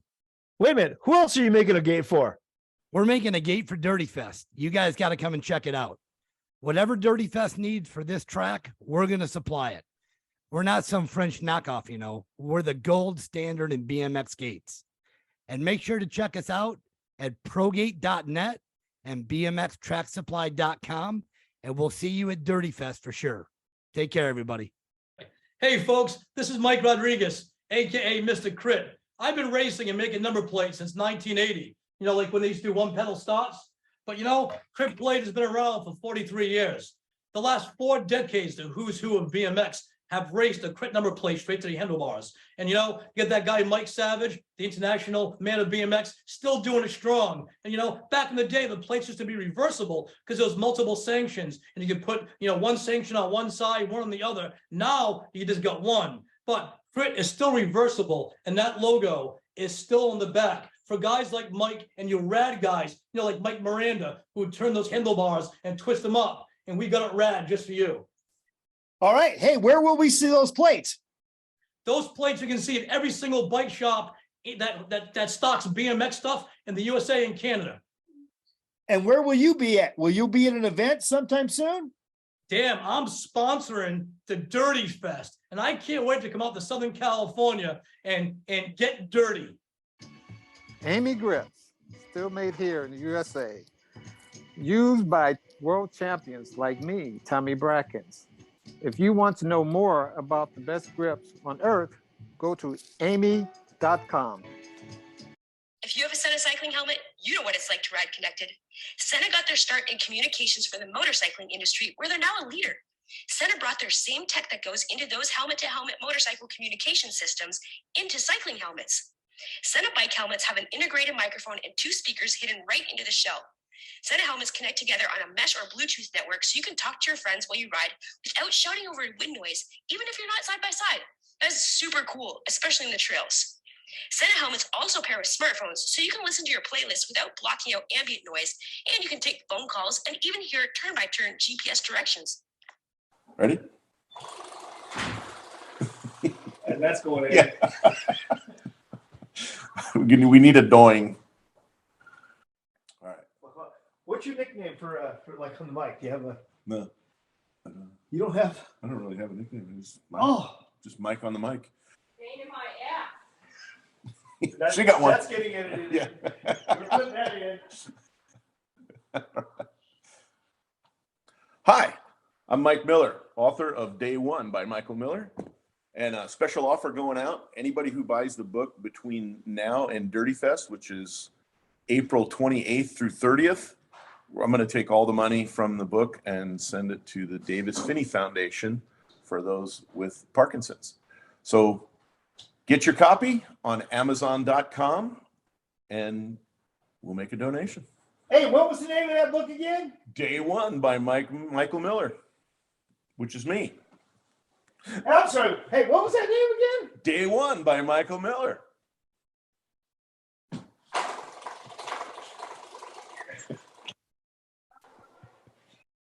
Hey, support the podcasts that support us, our friends. The fine folks over there at All Things BMX, which is our favorite Wednesday night live podcast, as you know. Our buddies over there at Beer Budget BMX, Big Bike BMX, and BMX Weekly. Check them out. Check them out. Our friends. What's up, everybody? It's your friend Isaac from Big Bike BMX, and I've got a podcast with my best friend, 80s BMX Craig. Yep. And guess what, you guys? If you have enjoyed your time here on the Dirty Knobs podcast, we'd love for you guys to come over and hang out with us at Big Bike BMX, where we've got all your old school legends and BMX from the past and today at Big Bike BMX. Isaac, come check us out. We'd love the opportunity to win you over. And if not, hey, it's just another place to talk about BMX with your grimy friends. It's fun. Hey, Dale Holmes, I want to tell you something. One of my favorite podcasts that I never miss is BMX Weekly. Even though it has an accent, I still love it. Cheers, Mike. You can get all the podcasts on bmxweekly.com. Old school, mid school, today's school. Check it out. Yeah, BMX Weekly. Hey, here we go. Hey, Beer Budget BMX, baby. Coming at you live from the Beer Budget studios over here at the Hack Shack Quarantine. Oh, man, we're coming in hotter than Satan's nutsack. Yeah, we are dirtier than an Alabama strip club where reclass pros go and get lap dances by their half-sister. Yeah, the only show that'll make you second-guess your life choices like an Amish on an e-bike. Hey, if you guys enjoy what you just listened to, make sure you tune in every Wednesday night to the All Things BMX show, the only live streaming podcast show in the game right now. Even ask Mike. He's been on. Vicente's been on. Still waiting for that other guy to come on the show. You can find us on YouTube, Twitch, and Facebook. And you can also find us at allthingsbmxshow.com. Keep it dirty.